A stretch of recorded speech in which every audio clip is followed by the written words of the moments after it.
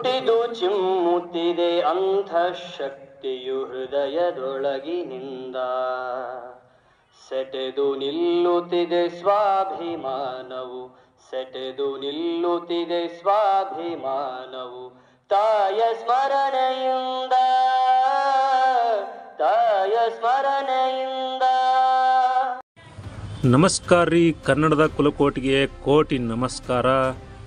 ಇದು ಬಿಜಾಪುರ ಜಿಲ್ಲೆ ಬಬಲೇಶ್ವರ ತಾಲೂಕಿನ ಗುರುಪಾದೇಶ್ವರ ಮಠದಲ್ಲಿ ನಡೆದಂಥ RSSನ ಶತಮಾನೋತ್ಸವದ ಕ್ಷಣ ಕ್ಷಣದ ರೋಚಕ ಪಥಸಂಚಲನ ಜೊತೆಗೆ ಪ್ರಮುಖ ವಕ್ತಾರರ ನುಡಿಗಳನ್ನು ಕೇಳಲಿಕ್ಕೆ ಆಲಿಸಲಿಕ್ಕೆ ಈ ವಿಡಿಯೋ ಮೂಲಕ ನಿಮಗೆಲ್ಲ ಸ್ವಾಗತ ಮಾಡ್ತಾ ಇದ್ದೀನಿ. ಸ್ವಾಗತ ತಮಗೆಲ್ಲ.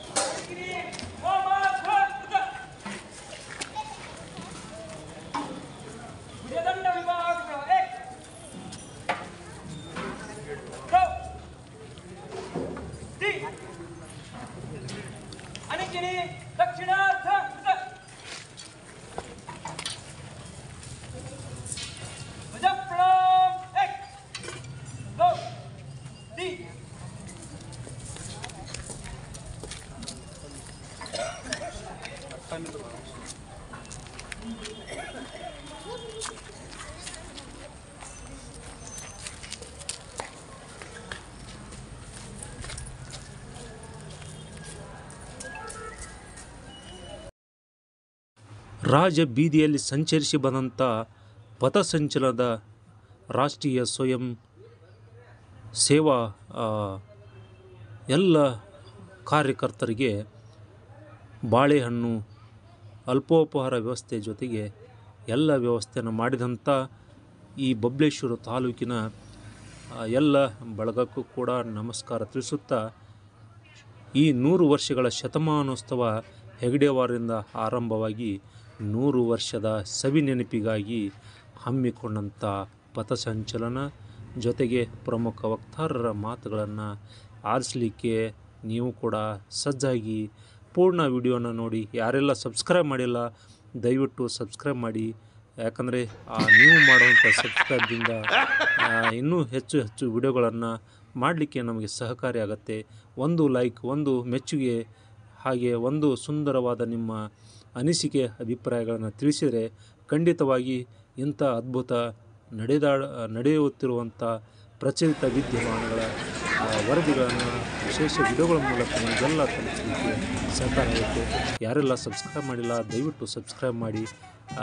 ನಾವು ತೋರಿಸುವಂಥ ದೃಶ್ಯ ಕಾವ್ಯಗಳ ನಿಮಗಾಗಿ ನಾನು ಹೊತ್ತು ತರಲಿಕ್ಕೆ ದೂರದಿಂದ ಹೋಗಿ ಅವುಗಳನ್ನು ದೃಶ್ಯ ಕಾವ್ಯ ಮಾಡುತ್ತಾ, ಡಾಕ್ಯುಮೆಂಟ್ರಿ ಮಾಡುತ್ತಾ ಇವನ್ನೆಲ್ಲ ತೋರಿಸ್ತಾ ಹೊರಟಿದ್ದೀನಿ. ಅದಕ್ಕೆ ನಿಮ್ಮ ಸಹಕಾರ, ಸಲಹೆ, ಸೂಚನೆ, ಅನಿಸಿಕೆ, ಅಭಿಪ್ರಾಯ, ಭಿನ್ನಾಭಿಪ್ರಾಯ, ಸುಧಾರಣೆಗಳು, ತಿದ್ದುಪಡಿಗಳು ಏನಾದರೂ ಇದ್ದರೆ ಖಂಡಿತವಾಗಿ ತಿಳಿಸಿ ಹೇಳ್ತಾ ಬನ್ನಿ ನೋಡೋಣ.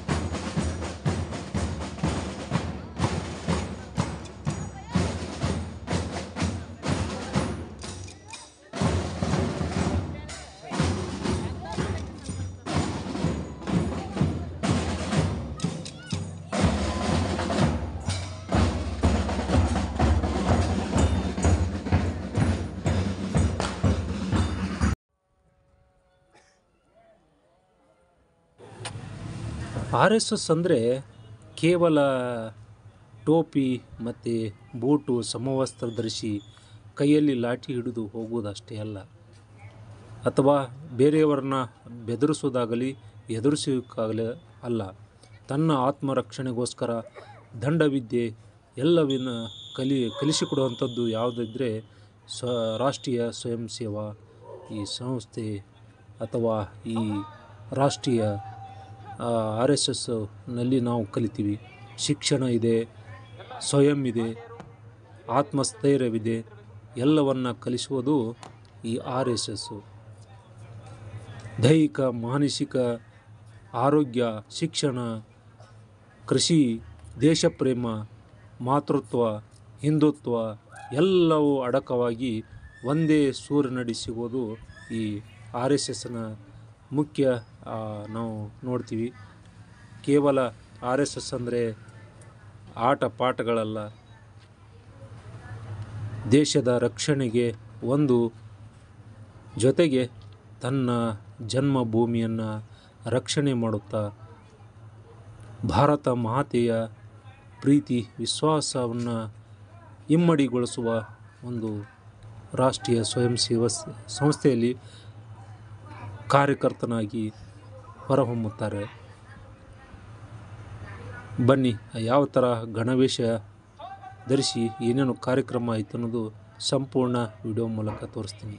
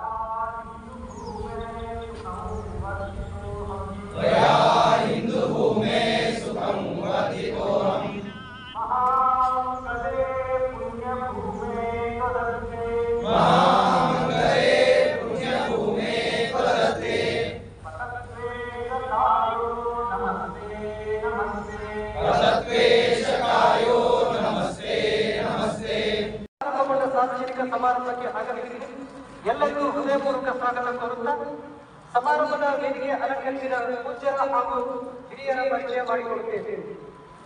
ಸಮಾರಂಭದ ದಿವ್ಯ ಸಾನ್ನಿಧ್ಯ ವಹಿಸಿರುವಂತಹ ಪರಮ ಪೂಜ್ಯರು ಶ್ರೀ ಶ್ರೀ ಶ್ರೀ 2022 ಜಗದ್ಗುರು ಡಾಕ್ಟರ್ ಮಹಾದೇವೇಶ್ವರ ಶಿವಾಚಾರ್ಯ ಮಹಾಸ್ವಾಮಿ ಭಗವತ್ಪಾದರು ಬೃಹನ್ಮಠ ಬಬಲೇಶ್ವರ ವೀರಶೈವ ಲಿಂಗಾಯತ ಪಂಚಮಸಾಲಿ ಜಗದ್ಗುರು ಪೀಠ ಜಮಖಂಡಿ ಇವರಿಗೆ ರಾಷ್ಟ್ರೀಯ ಸ್ವಯಂ ಸೇವಕ ಸಂಘದ ವತಿಯಿಂದ ಭಕ್ತಿಪೂರ್ವಕ ಸ್ವಾಗತ ಕೋರುತ್ತೇನೆ.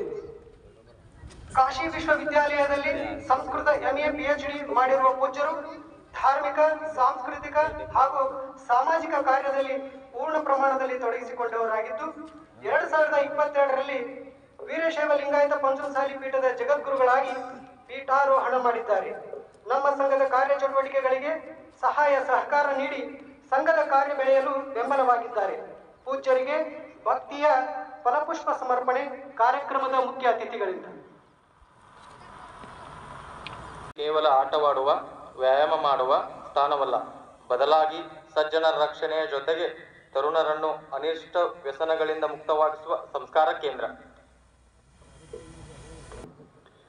ಪುಟಿದು ಚಿಮ್ಮುತ್ತಿದೆ ಅಂತಃಶಕ್ತಿಯು ಹೃದಯದೊಳಗಿನಿಂದ, ಸೆಟೆದು ನಿಲ್ಲುತ್ತಿದೆ ಸ್ವಾಭಿಮಾನವು ಸೆಟೆದು ನಿಲ್ಲುತ್ತಿದೆ ಸ್ವಾಭಿಮಾನವು ತಾಯ ಸ್ಮರಣೆಯಿಂದ, ತಾಯ ಸ್ಮರಣೆಯಿಂದ, ತಾಯ ಸ್ಮರಣೆಯಿಂದ, ತಾಯ ಸ್ಮರಣೆಯಿಂದ ಪುಟಿದು ಚಿಮ್ಮುತ್ತಿದೆ ಅಂತಃಶಕ್ತಿಯು ಹೃದಯದೊಳಗಿನಿಂದ. ಶುಭವ ಹರಹುತ್ತಿದೆ ಶುಭ್ರ ಮುಂಜಾವು ಭಾಸ್ಕರನ ಕಿರಣ ಭಾಷ್ಯ, ಹಬ್ಬಿ ಹರಡುತ್ತಿದೆ ವಿಶ್ವದೆಲ್ಲೆಡೆಯು ಭಾರತೀಯ ಕೀರ್ತಿಲಾಸ್ಯ. ಅನು ಅನುವಿನಲ್ಲೂ ಮಾರ್ಧನಿಸುತ್ತಿದೆ ದೇಶಭಕ್ತಿಯ ಘೋಷ, ಅನುರಣಿಸುತ್ತಿದೆ ಮೈಯ ಕನಕನವು ಸಂಘ ಮಂತ್ರ ದೀಕ್ಷಾ, ಸಂಘ ಮಂತ್ರ ದೀಕ್ಷಾ. ಪುಟಿದು ಚಿಮ್ಮುತ್ತಿದೆ ಅಂತಃಶಕ್ತಿಯು ಹೃದಯದೊಳಗಿನಿಂದ. ಯಶವು ನಿಶ್ಚಯವು ಯಜ್ಞ ಬೇದಿಹುದು ಶ್ರಮಕ್ಕೆ ಫಲವು ಸತ್ಯ. ದೇಶ ಕಳೆವ ಅವಕಾಶವೀಗಲೇ ಹಿಂದುತ್ವ ಭದ್ರ ಕವಚ. ದುಷ್ಟ ಕೂಟಗಳ ಹುಟ್ಟ ನಡಗಿಸಲು ಐಕ್ಯತೆಯ ಸ್ನೇಹ ಸೂತ್ರ. ಸ್ಪಷ್ಟ ಸಂದೇಶ ಗಟ್ಟಿಯಾಗುವುದು ಸಂಚಲನ ಚಿತ್ರ ರಚಿತ, ಸಂಚಲನ ಚಿತ್ರ ರಚಿತ.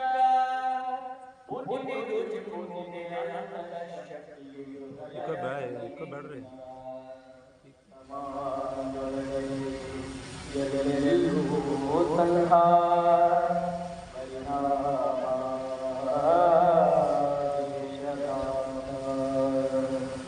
ಒಂದೇ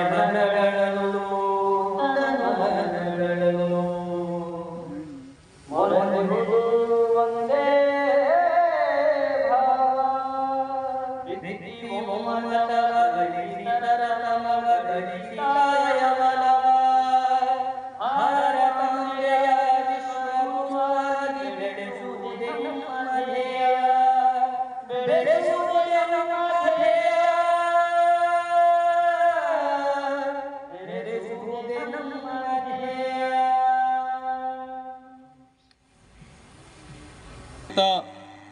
ಸುರೇಶ್ ಜೋಶಿಯವರೇ, ಕರ್ನಾಟಕ ಮತ್ತು ಮಹಾರಾಷ್ಟ್ರದ ಗಡಿಗಳಲ್ಲಿ ಹೆಸರುವಾಸಿಯಾದಂಥ ಗಾಯಕರು ನಮ್ಮ ಕಾರ್ಯಕ್ರಮದ ಅತಿಥಿಗಳಾಗಿ ಆಗಮಿಸಿದ್ದಾರೆ. ರಾಷ್ಟ್ರೀಯ ಸ್ವಯಂ ಸೇವಕ ಸಂಘ ತಾನು ಆಚರಿಸುವ 6 ಉತ್ಸವಗಳಲ್ಲಿ ವಿಜಯದಶಮಿಯ ಉತ್ಸವ ಒಂದು. ಹಾಗೆ ವಿಜಯದಶಮಿ ಅಕ್ಟೋಬರ್ ತಿಂಗಳ 2ನೇ ತಾರೀಕು ಈಗಾಗಲೇ ಆಗಿ ಹೋಗಿದೆ.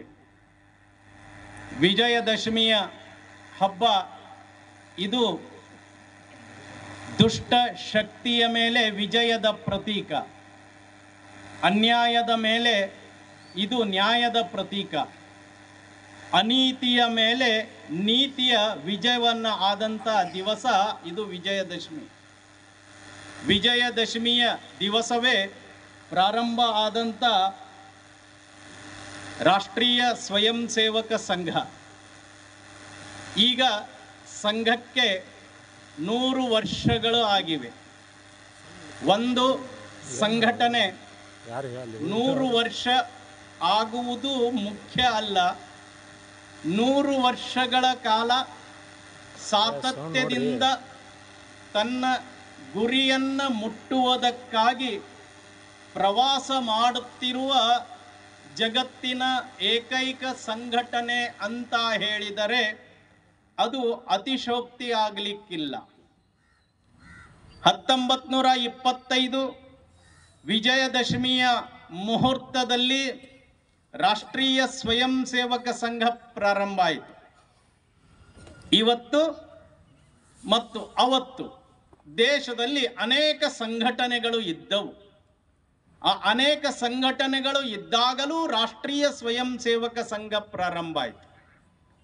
ನಮ್ಮ ದೇಶದಲ್ಲಿ ಸಂಘಟನೆಗಳಿಗೇನು ಕಡಿಮೆ ಇಲ್ಲ. ಜಾತಿ ಆಧಾರಿತ ಸಂಘಟನೆಗಳು, ವೃತ್ತಿ ಆಧಾರಿತ ಸಂಘಟನೆಗಳು, ವಿದ್ಯಾರ್ಥಿಗಳ ಸಂಘಟನೆ, ಉದ್ಯೋಗಿಗಳ ಸಂಘಟನೆ, ರೈತರ ಸಂಘಟನೆ, ರೈತ ಕಾರ್ಮಿಕರ ಸಂಘಟನೆ, ಈ ರೀತಿಯ ಅನೇಕ ಸಂಘಟನೆಗಳನ್ನು ನಾವು ನೋಡ್ತೀವಿ. ಆ ಎಲ್ಲ ಸಂಘಟನೆಗಳು ತಮ್ಮ ಹಕ್ಕುಗಳನ್ನು ಪಡೆಯುವುದಕ್ಕಾಗಿ ಸಂಘಟನೆಗಳನ್ನು ಮಾಡಿರ್ತಾರೆ, ಅದರಲ್ಲಿ ಯಾವ ತಪ್ಪು ಇಲ್ಲ. ಆದರೆ ರಾಷ್ಟ್ರೀಯ ಸ್ವಯಂ ಸೇವಕ ಸಂಘ ತನ್ನ ಹಕ್ಕುಗಳಿಗಾಗಿ ಮಾಡಿದಂಥ ಸಂಘಟನೆ ಅಲ್ಲ. ಪ್ರತಿಯೊಬ್ಬ ವ್ಯಕ್ತಿ ತನ್ನ ಕರ್ತವ್ಯವನ್ನ ನಿಭಾಯಿಸಬೇಕು, ತನ್ನ ಕರ್ತವ್ಯವನ್ನ ಪೂರ್ತಿ ಮಾಡಬೇಕು ಅನ್ನೋದಕ್ಕಾಗಿ ಇರುವಂತ ಸಂಘಟನೆ ರಾಷ್ಟ್ರೀಯ ಸ್ವಯಂ ಸೇವಕ ಸಂಘ. ಕಳೆದ 100 ವರ್ಷಗಳಿಂದ ಸಂಘ ಸಾತತ್ಯವಾಗಿ ಕೆಲಸ ಮಾಡ್ತಾ ಇದೆ. ಸಂಘದ ಪರಿಚಯ ಏನಂತ ಮಾಡಿಕೊಡ್ಬೇಕು? ಸರ್ಕಾರೇತರ ಸ್ವಾವಲಂಬಿ ಇರುವಂತ ಏಕೈಕ ಸಂಘಟನೆ ರಾಷ್ಟ್ರೀಯ ಸ್ವಯಂ ಸೇವಕ ಸಂಘ. ಎಲ್ಲ ಜಾತಿಯವರನ್ನ ಒಳಗೊಂಡಂತ ಸಾಮಾಜಿಕ ಸಾಮರಸ್ಯದ ಪ್ರತೀಕ ರಾಷ್ಟ್ರೀಯ ಸ್ವಯಂ ಸೇವಕ ಸಂಘ. ಎಲ್ಲ ವಯಸ್ಸಿನವರನ್ನ ಒಳಗೊಂಡಂತ ಸಾಮಾಜಿಕ ಸಂಘಟನೆ ಇದ್ರೆ ಅದು ರಾಷ್ಟ್ರೀಯ ಸ್ವಯಂ ಸೇವಕ ಸಂಘ. ನಗರವಾಸಿ, ಗ್ರಾಮವಾಸಿ, ವನವಾಸಿ, ಶಹರವಾಸಿ ಎಲ್ಲ ಕಡೆ ಇರುವಂತ ವ್ಯಕ್ತಿಗಳನ್ನ ಸಂಘಟಿಸುವ ಏಕೈಕ ಸಂಘಟನೆ ಅಂದರೆ ರಾಷ್ಟ್ರೀಯ ಸ್ವಯಂ ಸೇವಕ ಸಂಘ. ರಾಷ್ಟ್ರೀಯ ಸ್ವಯಂ ಸೇವಕ ಸಂಘದ ಯಾವ ಬೇಡಿಕೆಯೂ ಇಲ್ಲ. ರಾಷ್ಟ್ರೀಯ ಸ್ವಯಂ ಸೇವಕ ಸಂಘ ಯಾರಿಗೂ ಧಿಕ್ಕಾರ ಹಾಕುವುದಿಲ್ಲ, ಯಾರಿಗೂ ಜೈಕಾರನೂ ಹಾಕುವುದಿಲ್ಲ. ರಾಷ್ಟ್ರೀಯ ಸ್ವಯಂ ಸೇವಕ ಸಂಘದ ಸ್ವಯಂ ಸೇವಕರು ಸಮಾಜ, ದೇಶ ಅಪಾಯದಲ್ಲಿದ್ದಾಗ, ನೋವಿನಲ್ಲಿದ್ದಾಗ, ದುಃಖದಲ್ಲಿದ್ದಾಗ, ವೇದನೆಯಲ್ಲಿದ್ದಾಗ, ಸಂಕಟದಲ್ಲಿದ್ದಾಗ, ಅನಾಹುತ ಅಪಘಾತ ಆದಾಗ ಧಾವಿಸಿ ಹೋಗುವ ಸಂಘಟನೆ ರಾಷ್ಟ್ರೀಯ ಸ್ವಯಂ ಸೇವಕ ಸಂಘದ ಸ್ವಯಂ ಸೇವಕರು. ನಾನು ಸಂಘದ ಕಾರ್ಯಕರ್ತನಾಗಿ ಹೇಳ್ತಾ ಇಲ್ಲ, ನಮ್ಮ ವಿರೋಧಿಗಳೇ ಹೇಳ್ತಾರೆ. ಒಬ್ರಂತೂ ರಾಷ್ಟ್ರೀಯ ಸ್ವಯಂ ಸೇವಕ ಸಂಘದ ಶಾರ್ಟ್ ಫಾರ್ಮ್ ಅನ್ನು ಮಾಡ್ತಾರೆ, ರೆಡಿ ಫಾರ್ ಸೆಲ್ಫ್ಲೆಸ್ ಸರ್ವಿಸ್. ಅದನ್ನು ವಿಸ್ತಾರ ಮಾಡಿ ಹೇಳ್ತಾರೆ, ಸ್ವಾರ್ಥ ರಹಿತ ಸೇವೆಗೆ ಸದಾ ಸಿದ್ಧವಿರುವ ಸಂಘಟನೆ ರಾಷ್ಟ್ರೀಯ ಸ್ವಯಂ ಸೇವಕ ಸಂಘ. ಸಂಘದ ಬೇಡಿಕೆ ಏನು ಇಲ್ಲ, ಕೇವಲ ಮತ್ತು ಕೇವಲ ಕರ್ತವ್ಯ ಇಲ್ಲಿ ಇದೆ. ರಾಷ್ಟ್ರ ದೇವೋ ಭವ ಈ ಮಂತ್ರ ಕೇವಲ ಹೇಳುವುದಲ್ಲ, ಜೀವನದಲ್ಲಿ ಅಳವಡಿಸಿಕೊಳ್ಳುವ ಶಿಕ್ಷಣವನ್ನ ಕೊಡುವ ಏಕೈಕ ಸಂಘಟನೆ ಅಂದರೆ ರಾಷ್ಟ್ರೀಯ ಸ್ವಯಂ ಸೇವಕ ಸಂಘ. ಇಂಥ ಸಂಘಟನೆ ಯಾಕೆ ಪ್ರಾರಂಭ ಮಾಡಿದ್ರು? ಬೇಕಾದಷ್ಟು ಸಂಘಟನೆಗಳು ನಮ್ಮಲ್ಲಿದ್ದು ಅದಕ್ಕೇನು ಕೊರತೆ ಇತ್ತ? 1925ರಲ್ಲಿ ಈ ದೇಶದಲ್ಲಿ ಸಂಘಟನೆ ಪ್ರಾರಂಭ ಮಾಡುವಾಗ ಬ್ರಿಟಿಷರ ವಿರುದ್ಧ ಸಂಘರ್ಷ ವೇಗವಾಗಿ ನಡೆದಿತ್ತು. ಯಾರು ರಾಷ್ಟ್ರೀಯ ಸ್ವಯಂ ಸೇವಕ ಸಂಘವನ್ನು ಪ್ರಾರಂಭ ಮಾಡಿದ್ರು ಆ ಮಹಾಪುರುಷ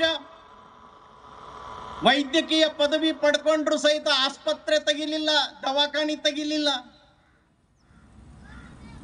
ಆಸ್ಪತ್ರೆ ತೆಗೆದು ಒಬ್ಬ ವ್ಯಕ್ತಿಯ ರೋಗವನ್ನ ಗುಣಮುಖ ಮಾಡುವುದರ ಬದಲಾಗಿ ದೇಶಕ್ಕೆ ಅಂಟಿಕೊಂಡಂತ ರೋಗವನ್ನ ಗುಣಮುಖ ಮಾಡಬೇಕು ಅಂತ ಹೇಳಿ ಆಲೋಚನೆ ಮಾಡ್ತಾರೆ. ಎಲ್ಲರ ಹಾಗೆ ಬ್ರಿಟಿಷರ ವಿರುದ್ಧ ಹೋರಾಟ ಮಾಡ್ತಾರೆ. ಅವತ್ತಿನ ಕಾಂಗ್ರೆಸ್ ಜೊತೆಗೆ ಸೇರ್ಕೊಂಡು, ಇವತ್ತಿನ ಅಲ್ಲ, ಲೋಕಮಾನ್ಯ ತಿಲಕರ ಕಾಂಗ್ರೆಸ್ ಜೊತೆಗೆ ಸೇರ್ಕೊಂಡು 1920ರಲ್ಲಿ ಅಸಹಕಾರ ಆಂದೋಲನದಲ್ಲಿ ಭಾಗವಹಿಸ್ತಾರೆ. ಬ್ರಿಟಿಷ್ ಸರ್ಕಾರ ಅವರನ್ನ ಬಂಧಿಸ್ತದೆ, 1 ವರ್ಷಗಳ ಜೈಲಿನಲ್ಲಿ ಹಾಕ್ತಾರೆ. ಸಂಘದ ಸ್ವಯಂ ಸೇವಕರು, ಸಂಘ ಸಂಸ್ಥಾಪಕರು ಸ್ವಾತಂತ್ರ್ಯ ಹೋರಾಟದಲ್ಲಿ ಏನು ಪಾತ್ರ ಇಲ್ಲ ಅಂತಾರಲ್ಲ, ಇತಿಹಾಸದ ಪುಟವನ್ನ ತೆಗೆದು ನೋಡಬೇಕು, ಇತಿಹಾಸದ ಪುಟವನ್ನ ತೆಗೆದು ಓದಬೇಕು, ಆ ನಂತರ ಹೇಳಬೇಕು, ಮಾತಾಡಬೇಕು. 1 ವರ್ಷಗಳ ಸಶ್ರಮ ಶಿಕ್ಷೆ ನಾಗಪುರದ ಹತ್ತಿರ ಇರುವ ಅಜನಿ ಜೈಲಿನಲ್ಲಿ ಅನುಭವಿಸ್ತಾರೆ. ಈ ದೇಶದ ಬಗ್ಗೆ ಚಿಂತನೆ ಮಾಡ್ತಾರೆ. ನನ್ನ ಭಾರತ ಪದೇ ಪದೇ ಯಾಕೆ ಗುಲಾಮಗಿರಿಯಲ್ಲಿ ಹೋಗ್ತಾ ಇದೆ? ಮೊಘಲರು ಈ ದೇಶವನ್ನ ಆಳಿದ್ರು, ಬ್ರಿಟಿಷರು ಆಳ್ತಾ ಇದ್ದಾರೆ. ನಾಳೆ ಮತ್ಯಾರು ಬರ್ತಾರೆ ಗೊತ್ತಿಲ್ಲ. ಈ ಗುಲಾಮಗಿರಿಯ ರೋಗಕ್ಕೆ ಔಷಧಿಯನ್ನ ಕಂಡುಹಿಡಿದ್ರು ಡಾಕ್ಟರ್ ಹೆಡ್ಗೇವಾರ್. ಆ 2 ಫೋಟೋಗಳಲ್ಲಿ ಎತ್ತರದ ಟೋಪಿ ಧರಿಸಿದಾರಲ್ಲ, ಅವರು ರಾಷ್ಟ್ರೀಯ ಸ್ವಯಂ ಸೇವಕ ಸಂಘವನ್ನ ಪ್ರಾರಂಭ ಮಾಡಿದ್ರು. ನಮ್ಮ ಹಿಂದೂ ಸಮಾಜಕ್ಕೆ ಯಾವ ರೋಗ ಇತ್ತು? ಅಸಂಘಟನೆ ನಮ್ಮ ಸಮಾಜದಲ್ಲಿ ಇತ್ತು, ಆತ್ಮವಿಸ್ಮೃತಿ ಇತ್ತು, ಸ್ವಾರ್ಥ ಇತ್ತು. ದೇಶಕ್ಕೆ ಬೆಂಕಿ ಹತ್ತಿದ್ರೂ ಚಿಂತೆ ಇಲ್ಲ, ನಾನ್ ಚೆನ್ನಾಗಿರ್ಬೇಕು. ಹೀಗಾಗಿ ಬ್ರಿಟಿಷರು ನಮ್ಮ ಮೇಲೆ ಆಡಳಿತ ಮಾಡಿದ್ರು 200 ವರ್ಷಗಳ ಕಾಲ. ಎಷ್ಟು ಜನ ಇದ್ರು ಬ್ರಿಟಿಷರು? ಹಳ್ಳಿ ಹಳ್ಳಿಯಿಂದ ಸುಂಕ ನಾವೇ ಸಂಗ್ರಹ ಮಾಡಿ ಬ್ರಿಟಿಷರ ಪಾದ ಕಮಲಗಳಿಗೆ ಸುರಿತಾ ಇದ್ವಿ. ಚೆನ್ನಮ್ಮ ಮೊದಲನೇ ಯುದ್ಧ ಗೆದ್ದಳು, 2ನೇ ಯುದ್ಧ ಸೋತಳು. ಯಾಕೆ ಸೋತಳು? ಚೆನ್ನಮ್ಮನಿಗೆ ಮೋಸ ಮಾಡಿದ ಚೆನ್ನಮ್ಮನ ಜೊತೆಗೆ ಇರುವಂತ ಮಲ್ಲಪ್ಪ ಶೆಟ್ಟಿ. ಸಂಗೊಳ್ಳಿ ರಾಯಣ್ಣನಿಗೆ ಬ್ರಿಟಿಷರು ಬಂಧಿಸಲಿಲ್ಲ, ನಾವು ಹಿಡಿದು ಕೊಟ್ವಿ. ಎಷ್ಟು ಸ್ವಾರ್ಥ! ಸಂಗೊಳ್ಳಿ ರಾಯಣ್ಣನ ಮುಟ್ಲಿಕ್ಕೆ ಸಾಧ್ಯ ಇರಲಿಲ್ಲ ಬ್ರಿಟಿಷರು. ಅಂತ ಬಲಿಷ್ಠ ಪರಾಕ್ರಮಿ ವ್ಯಕ್ತಿ, 24 ಗಂಟೆ ಸೊಂಟಕ್ಕೆ ತಲವಾರ್ ಹಿಡ್ಕೊಂಡು ಅಡ್ಡಾಡುವಂತ ಶೂರ, ಧೀರ, ಪರಾಕ್ರಮಿ ಮತ್ತೊಬ್ಬಿಲ್ಲ. ತಂಗಿ ಗಂಡ ಲಕ್ಕಪ್ಪ ಹಿಡಿದು ಕೊಟ್ರಿ, ಲಕ್ಕಪ್ಪ ಹಿಡಿದು ಕೊಟ್ಟ. ಅಕಸ್ಮಾತ್ ನಮ್ಮಮ್ಮ ಚೆನ್ನಮ್ಮ 2ನೇ ಯುದ್ಧ ಗೆದ್ದಿದ್ರೆ ಈ ದೇಶದ ಸ್ವಾತಂತ್ರ್ಯ ಸಂಗ್ರಾಮದ ಚಿತ್ರ ಬದಲಾಗ್ತಿತ್ತು. ಚಂದ್ರಶೇಖರ್ ಆಜಾದನ್ನು ಹಿಡಿದುಕೊಟ್ಟವ್ರು ಯಾರು? ನಾವೇ. ಎಷ್ಟು ಸ್ವಾರ್ಥ!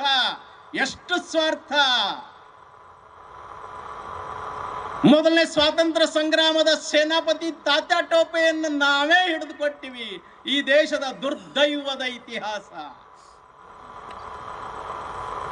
ಹೀಗಾಗಿ ಸಮಾಜಕ್ಕೆ ಒಂದು ಔಷಧಿಯನ್ನು ಕೊಡಬೇಕು, ಒಂದು ಸಂಸ್ಕಾರವನ್ನು ಕೊಡಬೇಕು, ಒಂದು ಶಿಕ್ಷಣವನ್ನು ಕೊಡಬೇಕು. ನನಗೇನ್ ಬೇಕಾದಾಗ್ಲಿ, ದೇಶಕ್ಕೇನೂ ಆಗಬಾರದು, ಭಾರತಕ್ಕೇನಾಗಬಾರದು, ಭಾರತ ಮಾತೆಗೆ ಏನಾಗಬಾರದು ಅಂತ ಅದ್ಭುತ ಶಕ್ತಿಯನ್ನ ನಿರ್ಮಾಣ ಮಾಡೋದಕ್ಕಾಗಿ ರಾಷ್ಟ್ರೀಯ ಸ್ವಯಂ ಸೇವಕ ಸಂಘವನ್ನ ಪ್ರಾರಂಭ ಮಾಡ್ತಾರೆ.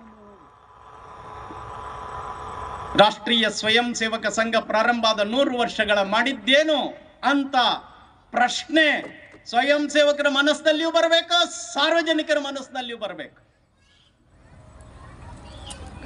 ಯಾರು ನನ್ನನ್ನ ಕತ್ತೆ ಅಂತ ಕರೀರಿ, ಹಿಂದೂ ಅಂತ ಕರಿಬೇಡಿ ಅಂತ ಹೇಳಿದ್ರು, ಇವತ್ತು ಅವ್ರ ಮರಿ ಮೊಮ್ಮಗ ಹೇಳ್ತಾನೆ ನಾನು ಹಿಂದೂ ಅಂತ ಹೇಳ್ತಾನೆ. ಗರ್ವ ಸೆ ಕಹೋ ಹಮ್ ಹಿಂದೂ ಹೈ. ಇವತ್ತು ಗಲ್ಲಿಗಳಲ್ಲಿ, ಮನೆಗಳಲ್ಲಿ ಹೇಳ್ತಾ ಇದೆ. ಈ ಪರಿವರ್ತನೆಯನ್ನ ತಂದು ಕೊಡ್ತಾರೆ. ಹಿಂದೂ ಅಂತ ಹೇಳ್ಕೊಳ್ಳಿಕ್ಕೆ ಹೇಸಿಗೆ ಪಡ್ತಿರುವಂತ ಜನ ಎದೆ ತಟ್ಟಿ ಹೇಳ್ತಾ ಇದೆ ನಾನು ಹಿಂದೂ ಇದ್ದೀನಿ ಅಂತ.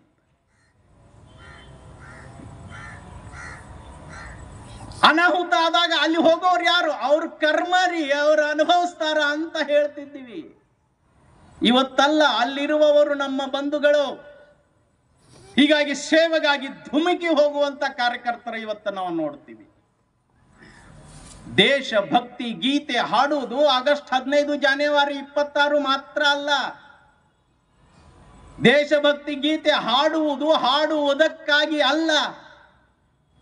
ಸಂಘದ ಸ್ವಯಂ ಸೇವಕರು ನಿತ್ಯ ದೇಶಭಕ್ತಿ ಗೀತೆಯನ್ನು ಹಾಡ್ತಾರೆ. ಅದನ್ನ ಜೀವನದಲ್ಲಿ ಅಳವಡಿಸಿಕೊಳ್ಳುವುದಕ್ಕಾಗಿ ಹಾಡ್ತಾರೆ.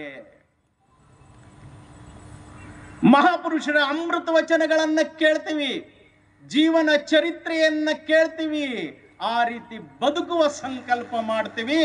ಭಾರತಕ್ಕಾಗಿ ಬದುಕುವ ಸಂಕಲ್ಪ ಮಾಡುವ ಏಕೈಕ ಸಂಘಟನೆ ರಾಷ್ಟ್ರೀಯ ಸ್ವಯಂ ಸೇವಕ ಸಂಘ. ಕೇವಲ ಇಷ್ಟೇನಾ? ಈ ಸಮಾಜದಲ್ಲಿರುವಂತಹ ಅಸ್ಪೃಶ್ಯತೆ ಅನ್ನುವ ಮಹಾಪಾಪ, ಅದೊಂದು ಶಾಪ.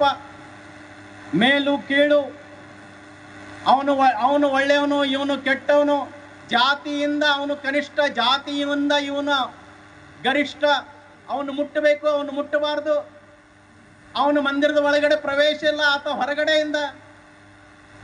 ಇಂಥ ಅನೇಕ ಕುಪ್ರಥಾಗಳು, ಪದ್ಧತಿಗಳು ನಮ್ಮ ಸಮಾಜವನ್ನು ಒಡಿತು. ದೇವರು ಮಾಡಿದ್ದಲ್ಲ ಇದು ಜಾತಿ. ಇದು ಜಾತಿಯನ್ನ ನಾವು ಮಾಡಿಕೊಂಡಿದ್ದು. ಈ ಜಾತಿಯನ್ನ ಮಾಡಿಕೊಂಡಿದ್ದು ನಾವು, ದೇವರು ಮಾಡಿದ್ದಲ್ಲ. ವೃತ್ತಿಯ ಆಧಾರಿತವಾಗಿ ಇರುವಂತ ಜಾತಿ, ಕಚ್ಚಾಡುವುದಕ್ಕಾಗಿ ಅಲ್ಲ. ನನ್ನ ವೃತ್ತಿಯ ಜನ ಯಾರು ಉಪವಾಸ ಇರಬಾರ್ದು. ನನ್ನ ವೃತ್ತಿಯ ಜನರ ಮಕ್ಕಳು ಫೀ ತುಂಬಲಿಕ್ಕೆ ದುಡ್ಡಿಲ್ಲಂತ ಶಾಲೆ ಬಿಟ್ಟುಕೊಂಡು ಮನೆಯಲ್ಲಿ ಕೂಡಬಾರ್ದು. ನನ್ನ ವೃತ್ತಿಯಲ್ಲಿರುವಂತ ಅಕ್ಕ ತಂಗಿಯರ ಮದುವೆ ದುಡ್ಡಿಲ್ಲಂತ ನಿಲ್ಲಬಾರದು. ಅದಕ್ಕಿರುವ ಜಾತಿ ವ್ಯವಸ್ಥೆ, ಕಚ್ಚಾಡುವುದಕ್ಕಾಗಿ ಅಲ್ಲ. ಎಷ್ಟು ಜನ ಈ ಜಾತಿಯ ವ್ಯವಸ್ಥೆಯನ್ನು ದೂರ ಮಾಡಲಿಕ್ಕೆ ಪ್ರಯತ್ನ ಮಾಡಿದ್ರು. ಬಸವಣ್ಣವರು ಹಿಡ್ಕೊಂಡು ಇಲ್ಲಿವರೆಗೆ ಇವನಾರವ ಎಂದೆನಿಸಿದಿರಯ್ಯ ಅಂತ ಬಸವಣ್ಣವ್ರು ಹೇಳಿದ್ರು. ಸರ್ವಜ್ಞ ಹೇಳಿದ, ನಡೆಯೋದೊಂದೇ ಭೂಮಿ, ಕುಡಿಯೋದೊಂದೇ ನೀರು, ಸುಡುವ ಅಗ್ನಿ ಒಂದೇ ಇರುತ್ತಿರಲು ಕುಲಗೋತ್ರ ಎತ್ತಣದು ಸರ್ವಜ್ಞ. ದಾಸರು ಹೇಳಿದ್ರು, ಕುಲ ಕುಲ ಕುಲವೆಂದು ಬಡಿದಾಡದಿರಿ, ನಿಮ್ಮ ನೆಲದ ಕುಲವೇನಾದರೂ ಬಲ್ಲಿರಾ ಅಂತ ಹೇಳಿ. ಎಲ್ಲವೂ ಬಾಯ್ಪಾಟಿದೆ, ನಮಗೆಲ್ಲವೂ ಗೊತ್ತಿದೆ. ಆದ್ರೂ ಮನೆಗೆ ಯಾರು ಬಂದ್ಕೊಳ್ಳೆ ಯಾರ ಪೈಕಿ ಅಂತ ಕೇಳ್ತಾರೆ. ಯಾರ ಪೈಕಿ ಏನು? ಮನುಷ್ಯರ ಪೈಕಿ. ನನಗೂ 2 ಕೈ, ಅವನಿಗೂ 2 ಕೈ, ನನಗೂ 2 ಕಾಲು, ಅವನಿಗೂ 2 ಕಾಲು, ಅವನಿಗೂ 2 ಕಣ್ಣು, ನನಗೂ 2 ಕಣ್ಣು. ನಾವೆಲ್ಲ ಭಗವಂತನ ಸೃಷ್ಟಿ, ನಾವೆಲ್ಲ ಮನುಷ್ಯರ ಪೈಕಿ. ಈ ಭಾವವನ್ನ ಸಮಾಜದಲ್ಲಿ ಜಾಗೃತ ಮಾಡುವ ಕೆಲಸ ಮಾಡ್ತಾ ಇದೆ. ಅಸ್ಪೃಶ್ಯತೆಯನ್ನ ನೋವನ್ನ ಉಂಡಿದಂತ ನೀಲಕಂಠ ಅಂದ್ರೆ ಪರಮ ಪೂಜ್ಯ ಬಾಬಾ ಸಾಹೇಬ್ ಅಂಬೇಡ್ಕರ್. ಬಾಲ್ಯದಿಂದಲೇ ಅಪಮಾನವನ್ನ ಅನುಭವಿಸ್ತಾ ಇದ್ರು. ಗೊತ್ತಿರ್ಲಿ, ಇಷ್ಟೆಲ್ಲವನ್ನ ಅನುಭವಿಸಿದಾಗಲೂ ಬಾಬಾ ಸಾಹೇಬರು ಹಿಂದೂ ಸಮಾಜದ ಮೇಲೆ ಸೇಡನ್ನ ತೀರಿಸ್ಕೊಳ್ಳಿಲ್ಲ. ಇದು ಹಿಂದೂ ಸಮಾಜ ನೆನಪಿಟ್ಕೋಬೇಕು. ಇಷ್ಟು ಅಪಮಾನವನ್ನ ಸಹನ ಮಾಡಿದಾಗಲೂ ವಿದೇಶಕ್ಕೆ ಹೋದಾಗ ಭಾರತಕ್ಕೆ ಬೈಲಿಲ್ಲ, ಹಿಂದೂ ಧರ್ಮಕ್ಕೆ ಬೈಲಿಲ್ಲ, ಭಾರತವನ್ನ ಅಪಮಾನ ಮಾಡಲಿಲ್ಲ. ಅಲ್ಲಿ ಯಾರು ಜಾತಿ ಗೀತಿ ಕೇಳೋರು ಇರ್ಲಿಲ್ಲ, ಆರಾಮಿದ್ರು. ಅಲ್ಲಿ ಅಧ್ಯಯನ ಮಾಡ್ಕೊಂಡಿದ್ರು. ಅಪಮಾನದ ಲವಲೇಶವೂ ಅಲ್ಲಿರ್ಲಿಲ್ಲ. ಆದರೂ ವಾಪಸ್ ಭಾರತಕ್ಕೆ ಬಂದ್ರು. ಯಾಕಂದ್ರೆ ನನ್ನ ಜನಾಂಗಕ್ಕಿರುವ ಅಪಮಾನ ದೂರ ಆಗಬೇಕು, ಹಿಂದೂ ಸಮಾಜದಲ್ಲಿರುವಂತಹ ಅನಿಷ್ಟ ಪದ್ಧತಿ ದೂರ ಆಗಬೇಕು ಅನ್ನೋದಕ್ಕಾಗಿ ಬಾಬಾ ಸಾಹೇಬರು ಕೆಲಸ ಮಾಡಿ ಸಂಘ ಅದೇ ಮಾಡ್ತಾ ಇದೆ. ಜಾತಿ ಕೇಳದ ಏಕೈಕ ಜಾತ್ಯತೀತ ಸಂಘಟನೆ ಅಂದ್ರೆ ರಾಷ್ಟ್ರೀಯ ಸ್ವಯಂ ಸೇವಕ ಸಂಘ. ಅದಕ್ಕೆ ನಾವು ಹೇಳ್ತೀವಿ, ಎಲ್ಲ ಭೇದ ಮರೆತು ಬನ್ನಿರಿ ನಾವು ಸಮಾನ, ಸಾರುವ ಹಿಂದೂ ಎಲ್ಲರೂ ಹಿಂದೂ, ಇದುವೇ ನವಗಾನ. ಏಕ ಸಂಸ್ಕೃತಿ ಏಕ ಧರ್ಮ ಹೈ, ಏಕ ಹಮಾರಾ ನಾರಾ, ಏಕ ಭಾರತಿ ಕಿ ಸಂತತಿ ಹಮ, ಭಾರತ ಏಕ ಹಮಾರ. ಬನ್ನಿ ಸೋದರರೇ, ಬನ್ನಿ ಬಾಂಧವರೇ, ಹೃದಯಗಳ ಬೆಸೆಯೋಣ. ಬರೆ ಹೇಳಿದ್ದಲ್ಲ, ಶಬ್ದಗಳ ಜೋಡಣೆ ಅಲ್ಲ, ಪ್ರಾಸಗಳ ಜೋಡಣೆ ಅಲ್ಲ, ಅದು ಪ್ರತ್ಯಕ್ಷ ವ್ಯವಹಾರದಲ್ಲಿ ಆಚರಣೆ ತರುವಂತ ಸ್ವಯಂ ಸೇವಕರ ತಂಡವನ್ನ ರಾಷ್ಟ್ರೀಯ ಸ್ವಯಂ ಸೇವಕ ಸಂಘ ನಿರ್ಮಾಣ ಮಾಡಿ. ಕೇವಲ ಇಷ್ಟೇ ಅಲ್ಲ, ಯಾವಾಗ ಸಮಾಜದ ಮೇಲೆ ಆತಂಕ ಸೃಷ್ಟಿ ಆಯಿತು ಆವಾಗ ಸಂಘದ ಸ್ವಯಂ ಸೇವಕರು ಧಾವಿಸಿದ್ರು. 1947 ಈ ದೇಶಕ್ಕೆ ಸ್ವರಾಜ್ಯ ಸಿಕ್ತು. ಅಕ್ಟೋಬರ್ನಲ್ಲಿ ಪಾಕಿಸ್ತಾನ ನಮ್ಮ ಮೇಲೆ ಆಕ್ರಮಣ ಮಾಡುತ್ತೆ. ಪಾಕಿಸ್ತಾನ ಭಾರತದ ಮೇಲೆ ಆಕ್ರಮಣ ಮಾಡುವ ಚಟ ಇವತ್ತಿಂದಲ್ಲ ಅವತ್ತಿಂದ ಇದೆ. ಇವತ್ತು ಒದಿಲಿಕ್ಕೆ ಶುರು ಮಾಡಿದೀವಿ. ಕೇವಲ ಒದಿಲಿಕ್ಕಲ್ಲ, ಝಾಡಿಸಿ ಒದಿಲಿಕ್ಕೆ ಶುರು ಮಾಡ್ತು ನಮ್ಮ ಸೈನ್ಯ. ಆವಾಗ ಭಾರತದ ಸೈನಿಕರ ವಿಮಾನಗಳನ್ನ ಇಳಿಯಲಿಕ್ಕೆ ಜಮ್ಮುವಿನಲ್ಲಿ ರನ್ವೇಯನ್ನ ತಯಾರು ಮಾಡಿದಂಥವರು ಸಂಘದ ಸ್ವಯಂ ಸೇವಕರು. ಇತಿಹಾಸದ ಪುಟಗಳಲ್ಲಿ ಸಾಕ್ಷಿಯಾಗಿದೆ. ಇವತ್ತಿಗೂ ಆ ಇತಿಹಾಸವನ್ನ ನಾವು ಓದಬಹುದು. ಅಷ್ಟೇ ಅಲ್ಲ, 1962ರಲ್ಲಿ ಚೀನಾ ಆಕ್ರಮಣ ಮಾಡಿದಾಗ ಸಂಘದ ಸ್ವಯಂ ಸೇವಕರು ದೆಹಲಿ ಸಾರಿಗೆಯನ್ನ ನಿಯಂತ್ರಣ ಮಾಡಿದ್ರು. ಸಂಘವನ್ನ ವಿರೋಧ ಮಾಡಿದಂತ ಪಂಡಿತ್ ನೆಹರು ಅವರು 1963 ದೆಹಲಿಯ ಚಾಂದನಿ ಚೌಕದಲ್ಲಿ ನಡೆಯುವ ಸೈನಿಕರ ಪರೇಡಿಗೆ ಸ್ವಯಂ ಸೇವಕರಿಗೆ ಆಮಂತ್ರಣ ಕೊಡ್ತಾರೆ. ಬನ್ನಿ ನಮ್ಮ ಸ್ವಯಂ ಸೇವಕರ ಜೊತೆ, ನಮ್ಮ ಸೈನಿಕರ ಜೊತೆಗೆ ಸಂಚಲನದಲ್ಲಿ ಪರೇಡ್ನಲ್ಲಿ ಭಾಗವಹಿಸಿ. ಈ ರೀತಿ ಸಮಾಜದಲ್ಲಿ ಅನಾಹುತ ಆದಾಗ ಸ್ವಯಂ ಸೇವಕರು ಧಾವಿಸಿ ಹೋಗಿದ್ದಾರೆ. ಬಹಳ ದೂರ ಬೇಡ, 2020-2021 ಮಹಾಮಾರಿ ಕೊರೋನಾ ಪ್ರಸಂಗದಲ್ಲಿ ತಮ್ಮ ಜೀವದ ಹಂಗನ್ನ ತೊರೆದು ಸ್ವಯಂ ಸೇವಕರು ಕೆಲಸ ಮಾಡಿದ್ರು. ರೋಗ ಬರದ ಹಾಗೆ ಮನೆ ಮನೆಗಳಿಗೆ ಔಷಧ ಹಂಚಿದ್ರು. ರೋಗ ಬಂದವರಿಗೆ ಔಷಧಿ ಕೊಟ್ಟು ಉಪಚಾರ ಮಾಡಿದ್ರು. ಅಕಸ್ಮಾತ್ ಜೀವವನ್ನ ಬಿಟ್ಟವರಿಗೆ ಅಂತ್ಯ ಸಂಸ್ಕಾರ ಮಾಡುವ ಕೆಲಸವೂ ಸ್ವಯಂ ಸೇವಕರು ಮಾಡಿದ್ರು. ಯಾಕಂದ್ರೆ ಸರ್ವೇ ಜನ ಸುಖಿನೋ ಭವಂತು, ದುಃಖಿಗಳು ಯಾರು ಇರಬಾರದು, ಎಲ್ಲರೂ ಸುಖಿಗಳಾಗಬೇಕು ಅನ್ನುವ ಸೂತ್ರದಂತೆ ಸ್ವಯಂ ಸೇವಕರು ಕೆಲಸ ಮಾಡಿದ್ರು. ಇದು ರಾಷ್ಟ್ರೀಯ ಸ್ವಯಂ ಸೇವಕ ಸಂಘ ಮಾಡಿದ್ದಕ್ಕೆ. ಹೀಗಾಗಿ ದೇಶಕ್ಕೆ ಒಳ್ಳೇದಾಗಬೇಕು. ಸಂಘ 100 ವರ್ಷ ಆಚರಿಸ್ತಾ ಇದೆ ಅಂತ ದೊಡ್ಡ ಕಟ್ಟಡ ನಾವು ಕಟ್ಟೋದಿಲ್ಲ, ಯಾರನ್ನು ಸತ್ಕಾರ ಮಾಡಿಲ್ಲ, ಸ್ಮರಣ ಸಂಚಿಕೆ ಬಿಡುಗಡೆ ಮಾಡಿಲ್ಲ. ಭಾರತ ಜಗಜ್ಜನನಿ ಆಗಬೇಕು, ಜಗದಂಬೆ ಆಗಬೇಕು, ಜಗನ್ಮಾತೆ ಆಗಬೇಕು. ಅದಕ್ಕಾಗಿ ಸಂಘ ಕೆಲಸ ಮಾಡ್ತಾ ಇದೆ. ಶತಾಬ್ದಿಯ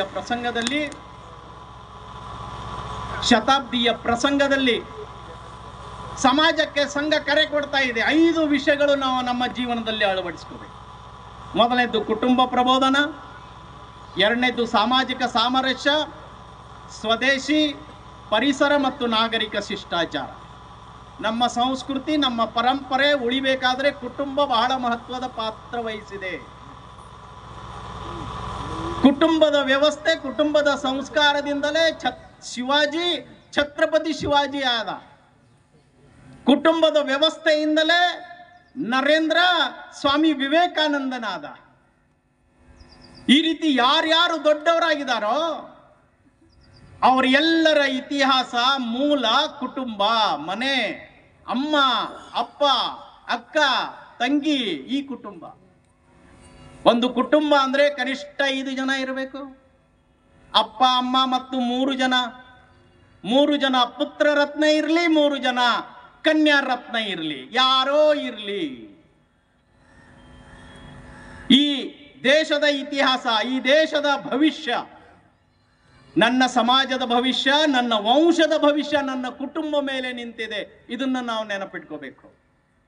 ಇದನ್ನ ಯಾಕೆ ಹೇಳ್ತೀರಿ? ಇದೆಲ್ಲ ಪರ್ಸನಲ್ ಸಬ್ಜೆಕ್ಟ್ ಅಂತ ಯಾರು ಅನ್ನಬಾರದು. ಇದು ಪರ್ಸನಲ್ ಇಶ್ಯೂ ಅಲ್ಲ, ಇದು ಪರ್ಸನಲ್ ಸಬ್ಜೆಕ್ಟ್ ಅಲ್ಲ, ಇದು ನ್ಯಾಷನಲ್ ಇಶ್ಯೂ ಇದೆ, ಇದು ನ್ಯಾಷನಲ್ ಸಬ್ಜೆಕ್ಟ್ ಇದೆ, ಇದು ರಾಷ್ಟ್ರೀಯ ಸಮಸ್ಯೆ ಇದೆ.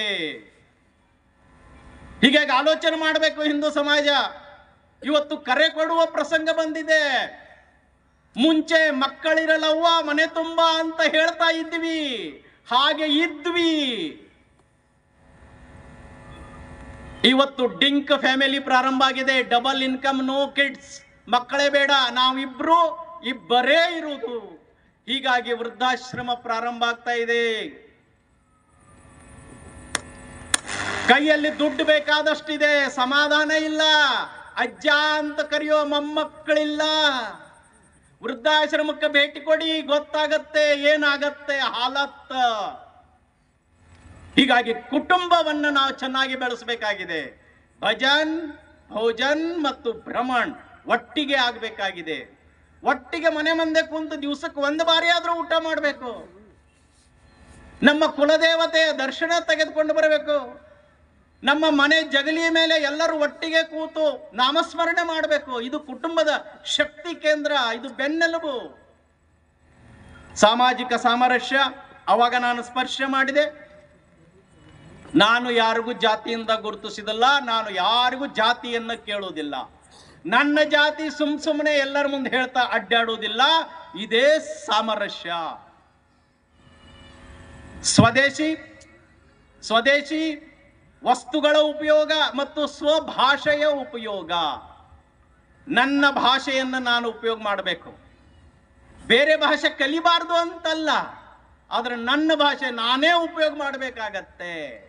ಊಟಕ್ಕೆ ಕುಂತಾಗ ರೈಸ್ ಬಡಿಸು ಅಂತ ಹೇಳಬಾರ್ದು, ಅಕ್ಕಿ ತಂದು ಹಾಕಬೇಕಾ ನಿಮ್ ತಟ್ಟೆಗೆ.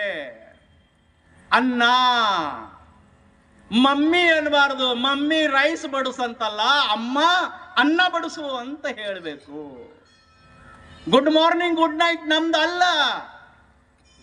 ಗುಡ್ ಮಾರ್ನಿಂಗ್ ಗುಡ್ ನೈಟ್ ನಮ್ದಲ್ಲ, ಮಮ್ಮಿ ಡ್ಯಾಡಿನೂ ನಮ್ದಲ್ಲ.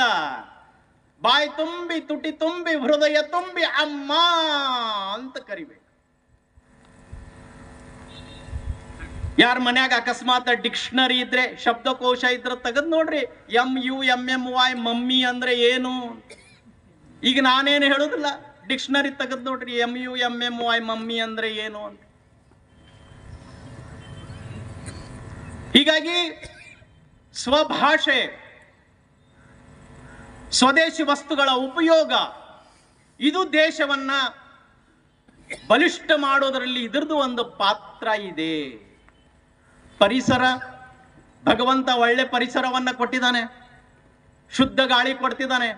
ಏನು ಬಿತ್ತಿಯೋ ಅದು ತಿನ್ಲಿಕ್ಕೆ ನಮಗೆ ಸಿಗುತ್ತೆ. ಹೋದ ವರ್ಷ ನಾನು ನಿನ್ನ ತೋಟದ ಮಾವಿನ ಗಿಡ, ಹೋದ ವರ್ಷ 300 ಕಾಯಿ ಕೊಟ್ಟಿದ್ದೀನಿ, ಈ ಸಲ 600 ಕೊಟ್ಟಿದ್ದೀನಿ, ನನಗೆ ಬಿಲ್ ಕೊಡು ಅಂತ ಮರ ಕೇಳುವುದಿಲ್ಲ. ನಮ್ಮ ಆಕಾಶ, ಬಬಲೇಶ್ವರದ ಆಕಾಶ, ಹೋದ ವರ್ಷ ಇಷ್ಟು ಮಳೆ ಕೊಟ್ಟೆ, ಈಗ ಇಷ್ಟು ಮಳೆ ಕೊಟ್ಟಿದ್ದೀನಿ, ಬಿಲ್ ಕೊಡು ಅಂತ ಕೇಳುವುದಿಲ್ಲ. ಅರೆ, ಈ ನಿಸರ್ಗಕ್ಕೆ ನಾವು ಕೃತಜ್ಞರಾಗಬೇಕು, ಕೃತಜ್ಞರಾಗಬಾರದು. ಹೀಗಾಗಿ ಪರಿಸರ ಉಪಯೋಗಿಸಬೇಕು, ಪರಿಸರ ಉಳಿಸಬೇಕು ಕೆಲಸ ನಮ್ದಿದೆ. ಪ್ಲಾಸ್ಟಿಕ್ ಈ ಪರಿಸರಕ್ಕೆ ಅಪಾಯಕಾರಿ, ಹೀಗಾಗಿ ನಾನು ಪ್ಲಾಸ್ಟಿಕ್ ಉಪಯೋಗಿಸುವುದಿಲ್ಲ. ಸಂಕಲ್ಪ ಮಾಡಬೇಕು.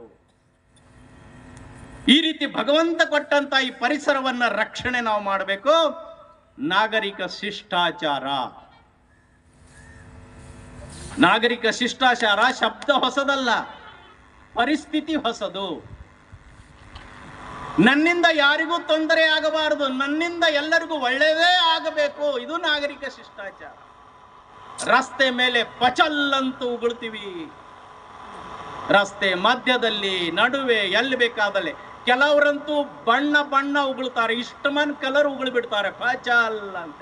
ಹಿಂದೆ ಯಾರು ಬರ್ತಾ ಇದ್ದಾರೆ, ಮುಂದೆ ಯಾರು ಅದಾರೆ, ಏನು ಖಬರ್ ಇರುವುದಿಲ್ಲ. ಇದನ್ನ ಯಾರು ಸುಧಾರಣೆ ಮಾಡೋರು? ಇದನ್ನ ನಾವೇ ಮಾಡಬೇಕು, ಬೇರೆಯವ್ರು ಯಾರು ಮಾಡೋದಿಲ್ಲ. ಕಸ ಎಲ್ಲಿ ಬೇಕಾದಲ್ಲೇ ಚೆಲ್ಲುವ ಹಾಗಿಲ್ಲ, ಇದು ನಾನೇ ಮಾಡಬೇಕು. ನನ್ನ ದೇಶ, ನನ್ನ ಊರು, ನನ್ನ ಗಲ್ಲಿ, ನನ್ನ ಮನೆ, ಇದನ್ನು ಸ್ವಚ್ಛ ಇಟ್ಕೊಳ್ಳೋ ಕೆಲಸ ನಾವೇ ಮಾಡಬೇಕು. ಟೆರೇಸ್ ಮೇಲೆ ನಿಂತ ಪಕ್ಕದ ಮನೆ ಟೆರೇಸ್ ಮೇಲೆ ಕಸ ಒಗೆಯುವುದಲ್ಲ. ನನ್ನ ಮೊಬೈಲ್ ನಾನು ಎಷ್ಟು ಬಳಸಬೇಕು, ಬಸ್ನಲ್ಲಿ ಹೇಗಿರಬೇಕು, ರೈಲ್ವೆನಲ್ಲಿ ಹೇಗಿರಬೇಕು, 4 ಜನರ ಜೊತೆಗೆ ಮಾತನಾಡೋರ ಜೊತೆಗೆ ಹೇಗಿರಬೇಕು, ಹಿರಿಯರ ಜೊತೆಗಿದ್ದಾಗ ಹೇಗಿರಬೇಕು, ಇದನ್ನ ನಾವು ಚಿಂತನೆ ಮಾಡಬೇಕು. ಇದರಲ್ಲಿ ದೇಶದ ಭವಿಷ್ಯ ಅಡಗಿದೆ, ಭಾರತದ ಭವಿಷ್ಯ ಅಡಗಿದೆ. ಹೀಗಾಗಿ ಪಂಚ ಪರಿವರ್ತನೆಯನ್ನ ನಮ್ಮ ಜೀವನದಲ್ಲಿ ಅಳವಡಿಸಿಕೊಳ್ಳಿಕ್ಕೆ ನಾವು ಪ್ರಯತ್ನ ಮಾಡಬೇಕು. ಆವಾಗ ಭಾರತದ ಜೈ ಜೈಕಾರ ಅದರಲ್ಲಿ ಇದೆ.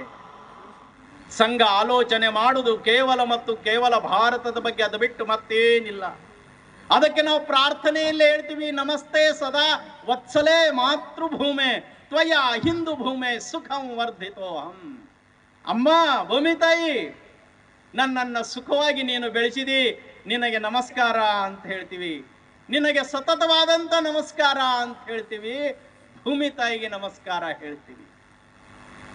ನಮಸ್ತೆ ಸದಾ ವತ್ಸಲೆ, ವತ್ಸಲೆ ಅಂದ್ರೆ ವಾತ್ಸಲ್ಯವನ್ನು ಕೊಡುವಂತ ತಾಯಿ. ಭೂಮಿ ತಾಯಿಗೆ ನಾವು ವತ್ಸಲೆ ಅಂತ,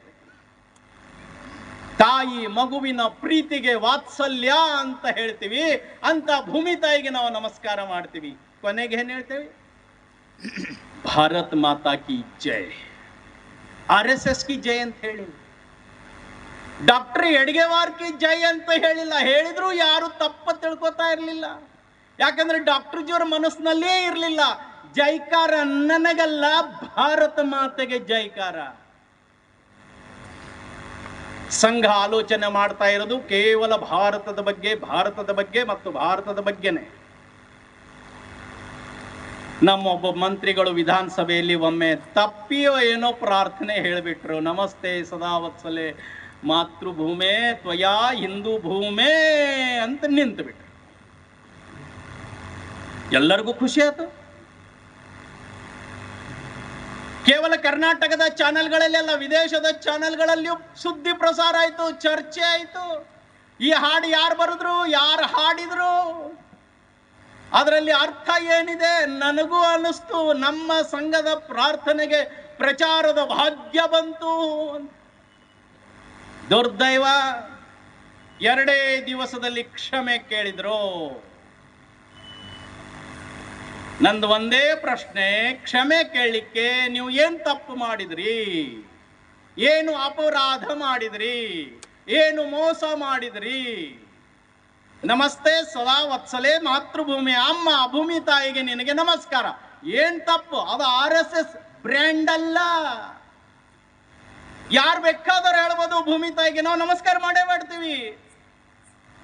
ಕಬಡ್ಡಿ ಆಟ ಆಡುವಾಗ ನಮಸ್ಕಾರ ಮಾಡೇ ನುಗ್ಗುತ್ತಾನ, ಮನೆ ಕಟ್ಟುವಾಗ ಭೂಮಿ ಪೂಜೆ ಮಾಡ್ತಾನ, ರೈತ ನೇಗಲು ನೆಲಕ್ಕೆ ಹಚ್ಚಿ ಉಳುವಾಗ ಭೂಮಿ ತಾಯಿಗೆ ನಮಸ್ಕಾರ ಮಾಡ್ತಾನ.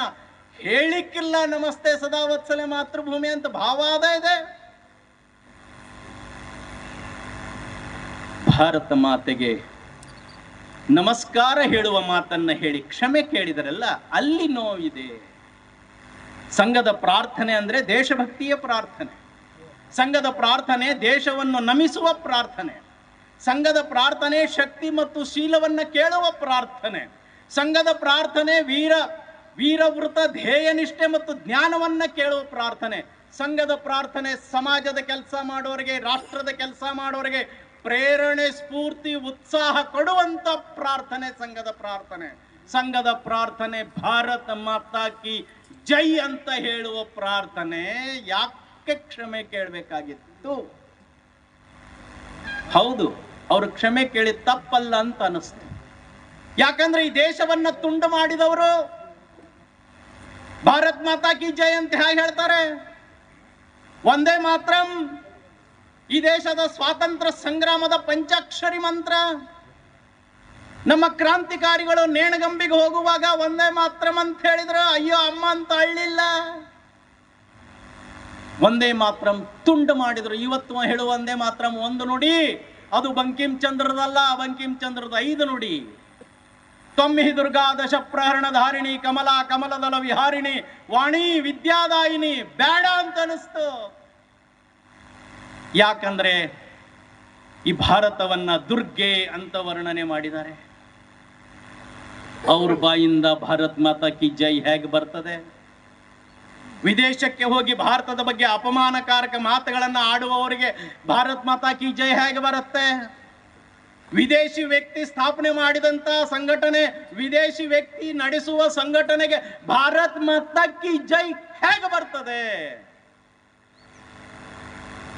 ಭಾರತ್ ಮಾತಾ ಕಿ ಜೈ ಹೇಳುವ ಸಂಘಟನೆಯನ್ನ ನಿಷೇಧ ಮಾಡಲಿಕ್ಕೆ ಹೊರಟಿದ್ದಾರೆ. ಕಠೋರ ಕ್ರಮವನ್ನ ತೆಗೆದುಕೊಳ್ಳಿಕ್ಕೆ ಹೊರಟಿದ್ದಾರೆ. ಈವರೆಗೆ ನಾವು ತಲೆಯಲ್ಲಿ ವಿಷ ಬೀಜ ಬಿತ್ತಿವಿ ಅಂತ ಹೇಳಿದ್ದಾರೆ. ಸಂವಿಧಾನವನ್ನ ನಾವು ಪಾಲಿಸುವುದಿಲ್ಲ ಅಂತ ಹೇಳಿದ್ದಾರೆ. ಇತಿಹಾಸದ ಪುಟ ತೆಗೆದು ನೋಡಿ. 1975 ತುರ್ತು ಪರಿಸ್ಥಿತಿ ಯಾರು ತಂದ್ರು ದೇಶದಲ್ಲಿ? ಸಂವಿಧಾನದ 352ನೇ ವಿಧಿಯನ್ನ ದುರುಪಯೋಗ ಯಾರು ಮಾಡಿದ್ರು? ವಿರೋಧಿ ಪಕ್ಷದ ಎಲ್ಲ ನಾಯಕರನ್ನ ಜೈಲಿಗೆ ಯಾರಿಟ್ರು?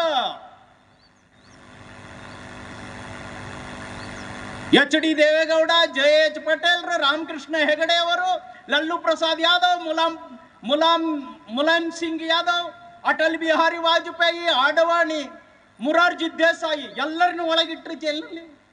ಯಾವುದು ಸಂವಿಧಾನ ಹೇಳ್ತದ್ರಿ? ಯಾವುದು ಸಂವಿಧಾನ ಹೇಳ್ತದೆ? ಯಾರಿಗೆ ಹೇಳ್ತಾ ಇದ್ರಿ? ಪತ್ರಿಕೆಗಳು ಸಹಿತ ಸಂಪಾದಕೀಯ ಬರೆಯುವ ಹಾಗಿಲ್ಲ, ಅವ್ರು ಹೇಳಿದ್ದ ಬರಿಬೇಕು. ಇದು ಯಾವ ಪ್ರಜಾಪ್ರಭುತ್ವ? ನಮಗೆ ಪಾಠ ಮಾಡ್ತಾ ಇದ್ದಾರೆ, ನಮಗೆ ಪಾಠ ಮಾಡ್ತಾ ಇದ್ದಾರೆ. ಇತಿಹಾಸದ ಪುಟ ತೆಗೆದು ನೋಡಿ, ಇತಿಹಾಸದ ಪುಟ ತೆಗೆದು ನೋಡಿ. 1,30,30,000 ಜನರನ್ನ ಜೈಲಿಗೆ ಇಟ್ಟರು. ಬಳ್ಳಾರಿ ಜೈಲು ಭರ್ತಿ, ಬೆಳಗಾವದ ಹಿಂಡಲ್ಗ ಜೈಲು ಭರ್ತಿ, ಬೆಂಗಳೂರಿನ ಪರ್ರಪ್ಪ ಅಗ್ರಹಾರ ಜೈಲು ಭರ್ತಿ, ಜಿಲ್ಲಾ ಕೇಂದ್ರಗಳ ಜೈಲು ಭರ್ತಿ. ಆ 1,30,30,000 ಜನರಲ್ಲಿ 1,00,000 ಜನ ಸಂಘದ ಸ್ವಯಂ ಸೇವಕರಿದ್ರು. ಹೆಚ್ಚಿನ ಮಾಹಿತಿಗಾಗಿ ಭುಗಿಲು ಪುಸ್ತಕ ಓದಿ, ಸುಮ್ಮನೆ ಹೇಳ್ತಾ ಇಲ್ಲ.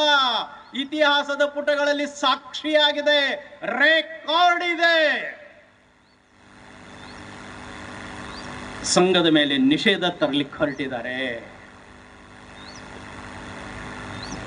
ನಾವು ದಂಡ ತೆಗೆದುಕೊಂಡು ಹೋಗ್ತೀವಿ, ಆತ್ಮ ಸಂರಕ್ಷಣೆಯ ದಂಡ. ಜಿಸ್ಕಿ ಲಾಠಿ ಉಸ್ಕಿ ಭೈಸ್. ಯಾರ ಮೇಲೆ ಆಕ್ರಮಣ ಮಾಡ್ಲಿಕ್ಕಲ್ಲ.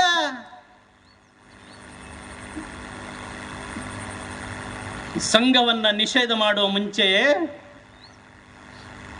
ಈ ದೇಶದಲ್ಲಿ ಕರ್ನಾಟಕದ ವಿಧಾನಸಭೆಯ ಮೂಗಸಾಲೆಯಲ್ಲಿ ಭಾರತದ ವಿರೋಧಿ ಘೋಷಣೆ ಹಾಕಿದರಲ್ಲ, ಅವ್ರಿಗೆ ಕಡಿವಾಣ ಹಾಕಬೇಕು, RSS ಸಿಗಲ್ಲ.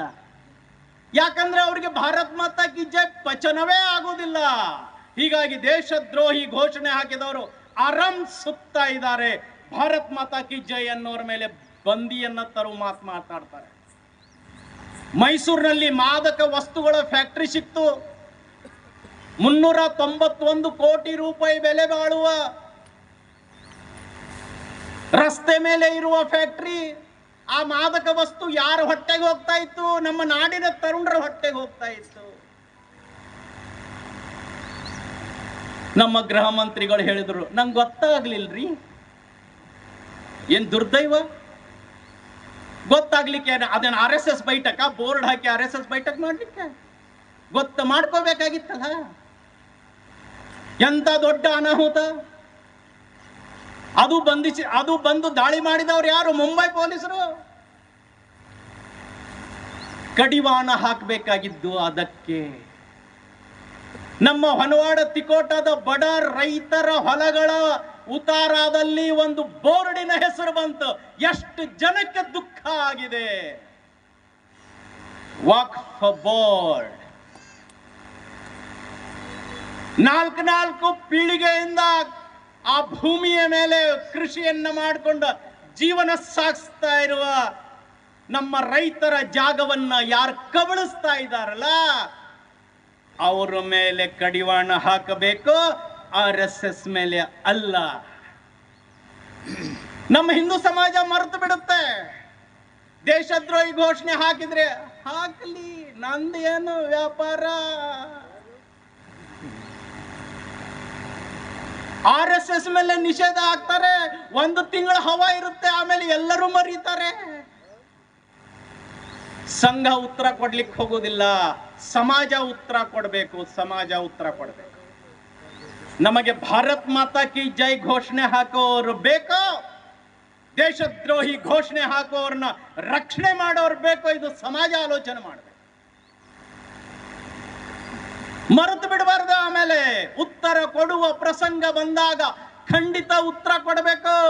ನಾನು ಏನೇ ಇರಲಿ, ಭಾರತ ಮಾತೆ ಅಪಮಾನ, ಹಿಂದೂ ಸಮಾಜ ಅಪಮಾನ ನಾನು ಸಹನೆ ಮಾಡೋದಿಲ್ಲ ಅನ್ನುವ ಸಂಕಲ್ಪ ಹಿಂದೂ ಸಮಾಜ ಮಾಡಬೇಕು. ರಾಷ್ಟ್ರೀಯ ಸ್ವಯಂ ಸೇವಕ ಸಂಘ ಯಾವ ಸ್ವಾರ್ಥ ಇಲ್ಲ. ಇಲ್ಲಿ ಬಂದಂತ ಎಲ್ಲಾ ಸ್ವಯಂ ಸೇವಕರು ಗಣವೇಶ ತಮ್ಮ ದುಡ್ಡಿನಿಂದ ತಗೊಂಡು ಬಂದಿದ್ದಾರೆ, ಗೊತ್ತಿರಲಿ. 1200-1500 ರೂಪಾಯಿ ಖರ್ಚು ಮಾಡಿ ಗಣವೇಶ ಹಾಕೊಂಡು ತಮ್ಮ ಊರಿಂದ ತಮ್ಮ ಗಾಡಿ ತಗೊಂಡು ಬಂದಿದ್ದಾರೆ. ನಾವು ಟೆಂಪೋ ಕಳಿಸಿ, ಕ್ರೂಸರ್ ಕಳಿಸಿ, ಬಸ್ ಕಳಿಸಿ ಕರ್ಕೊಂಡು ಬಂದಿಲ್ಲ. ಹೌದಲ್ರಪ್ಪ? ಅಲ್ಲೇ ಕುಂತಲ್ಲೇ ಗೋಣ ಹಾಕ್ರಿ. ಇವ್ರ ತಲೆಯಲ್ಲಿ ತುಂಬುವುದು ದೇಶಭಕ್ತಿ. ದೇಶಭಕ್ತಿ ಬಿಟ್ಟು ಬೇರೆದಿಲ್ಲ. ನೀ ಏನ್ ಬೇಕಾದ ಕೆಲಸ ಮಾಡು, ಎಲ್ಲಿ ಬೇಕಾದಲ್ಲಿ ಕೆಲಸ ಮಾಡು, ಭಾರತಕ್ಕೆ ಅಪಮಾನ ಆಗಬಾರ್ದು ಅಂಥ ಕೆಲಸ ಮಾಡು. ಇದು ಹೇಳಿಕೊಟ್ರ ವಿಷ ಬೀಜ ಬಿತ್ತಿದ ಹಾಗೇನಾ? ಹಿಂದೂ ಸಮಾಜ ಆಲೋಚನೆ ಮಾಡ್ಬೇಕು. ನಮ್ಮ ಕನಸು ಭಾರತ ಜಗಜ್ಜನನಿ ಆಗ್ಬೇಕು, ಭಾರತ ಜಗದಂಬೆ ಆಗ್ಬೇಕು, ಭಾರತ ಜಗನ್ಮಾತೆ ಆಗ್ಬೇಕು. ಯಾರ್ಯಾರು ಸ್ವಯಂ ಸೇವಕರು ಇವತ್ತು ದೇಶದ ಅತ್ಯುಚ್ಚ ಪದಗಳಲ್ಲಿ ಇದ್ದಾರೋ ಅವರ ಶರ್ಟಿಗೆ ಒಂದೂ ಕಳಂಕ ತಗಲಿಲ್ಲ, ಒಂದೂ ಕಳಂಕ ತಗಲಿಲ್ಲ. ಭಾರತಕ್ಕಾಗಿ 18 ಗಂಟೆಗಳ ಕಾಲ ಕೆಲಸ ಮಾಡ್ತಾ ಇದ್ದಾರೆ, 18 ಗಂಟೆಗಳ ಕೆಲಸ. ಅಂಥ ಸಮಾಜ ನಿರ್ಮಾಣ ಆಗಬೇಕು. ಇದು ರಾಷ್ಟ್ರೀಯ ಸ್ವಯಂ ಸೇವಕ ಸಂಘದ ಕನಸು, ಇದು ರಾಷ್ಟ್ರೀಯ ಸ್ವಯಂ ಸೇವಕ ಸಂಘದ ಗುರಿ. ಹೀಗಾಗಿ ಬಂಧುಗಳೇ, ತಮ್ಮನ್ನ ಕರಿತಾ ಇದ್ದೀವಿ, ಬನ್ನಿ ಸಂಘದ ಶಾಖೆಗೆ ಬನ್ನಿ, ಸಂಘದ ಜೊತೆಗೆ ಬನ್ನಿ. ನಿಮಗೆ ವ್ಯಾಯಾಮ ಮಾಡ್ಲಿಕ್ಕಾಗುವುದಿಲ್ಲ, ಬೇರೆ ಬೇರೆ ಕ್ಷೇತ್ರಗಳಲ್ಲಿ ಕೆಲಸ ಮಾಡಿ, ಶಿಕ್ಷಣ ಕ್ಷೇತ್ರ, ಆರೋಗ್ಯ ಕ್ಷೇತ್ರ, ಕಾರ್ಮಿಕ ಕ್ಷೇತ್ರ. ನಾನು ಯಾವ ನನಗೆ ಅಭಿರುಚಿ ಇದೆಯೋ ಅಲ್ಲಿ ನಾನು ಕೆಲಸ ಮಾಡ್ತೀನಿ, ಭಾರತಕ್ಕಾಗಿ ಕೆಲಸ ಮಾಡ್ತೀನಿ. ಇದೇ ಸಂಕಲ್ಪ ರಾಷ್ಟ್ರೀಯ ಸ್ವಯಂ ಸೇವಕ ಸಂಘ ಹೇಳ್ತದೆ. ರಾಷ್ಟ್ರೀಯ ಸ್ವಯಂ ಸೇವಕ ಸಂಘ ಒಂದು ಓಪನ್ ಯೂನಿವರ್ಸಿಟಿ, ಒಂದು ಬಯಲು ವಿಶ್ವವಿದ್ಯಾಲಯ. ಯಾರು ಬೇಕಾದವರು ಬರಬಹುದು. ನಿಮ್ಮ ಜಾತಿ, ಕುಲ, ಗೋತ್ರ, ವಯಸ್ಸು, ಬ್ಯಾಂಕ್ ಬ್ಯಾಲೆನ್ಸು, ನಿಮ್ಮ ಶಾರೀರಿಕ ಕ್ಷಮತೆ, ನಿಮ್ಮ ಎದೆಯ ಸುತ್ತಳತೆ, ನಿಮ್ಮ ಎತ್ತರ, ನಿಮ್ಮ ಬೌದ್ಧಿಕ ಪರೀಕ್ಷೆ ಏನು ತೆಗೆದುಕೊಳ್ಳೋದಿಲ್ಲ. ಬಹಳ ಒಳ್ಳೆ ಯೂನಿವರ್ಸಿಟಿ. ಫೀನೂ ಇಲ್ಲ, ಡೊನೇಷನು ಇಲ್ಲ. ನಿಮ್ಮ ಎದೆ ಸುತ್ತಳತೆ ಎಷ್ಟೇ ಇರಲಿ, ಅದು ಚಪ್ಪನಿ ಇಂಚ ಮಾಡುವ ತಾಕತ್ ಈ ಪರಮ ಪವಿತ್ರ ಭಗವದ್ ಧ್ವಜದಲ್ಲಿ, ಧ್ವಜದ ಅಡಿಯಲ್ಲಿ ಯಾರು ಆಡ್ತಾರೋ, ಪ್ರಾಮಾಣಿಕವಾಗಿ ಆಡ್ತಾರೋ, ನಿಷ್ಠೆಯಿಂದ ಆಡ್ತಾರೋ, ಭಕ್ತಿಯಿಂದ ಆಡ್ತಾರೋ, ಅವರ ಎದೆಯ ಸುತ್ತಳತೆ 56 ಇಂಚ್ ಆಗೇ ಆಗತ್ತೆ. ಅಂಥ ವ್ಯಕ್ತಿಗಳನ್ನ ಸಂಘ ನಿರ್ಮಾಣ ಮಾಡ್ತಾ ಇದೆ. ಹೀಗಾಗಿ ಕೈ ಬೀಸಿ ಕರಿತಾ ಇದ್ದೀವಿ, ಬನ್ನಿ ಬನ್ನಿ ಬನ್ನಿ, ಭಾರತವನ್ನ ಜಗಜ್ಜನನಿ ಮಾಡೋಣ, ಭಾರತವನ್ನ ಜಗದಂಬೆ ಮಾಡೋಣ, ಭಾರತವನ್ನ ಜಗನ್ಮಾತೆಯನ್ನಾಗ ಮಾಡೋಣ. ಅಂತ ಅದ್ಭುತವಾದಂಥ ಅಜಯವಾದಂಥ ಶಕ್ತಿ ಭಾರತದ ನಿರ್ಮಾಣ ಆಗಬೇಕು ಅನ್ನುವ ಕೆಲಸ ರಾಷ್ಟ್ರೀಯ ಸ್ವಯಂ ಸೇವಕ ಸಂಘ ಮಾಡ್ತಾ ಇದೆ.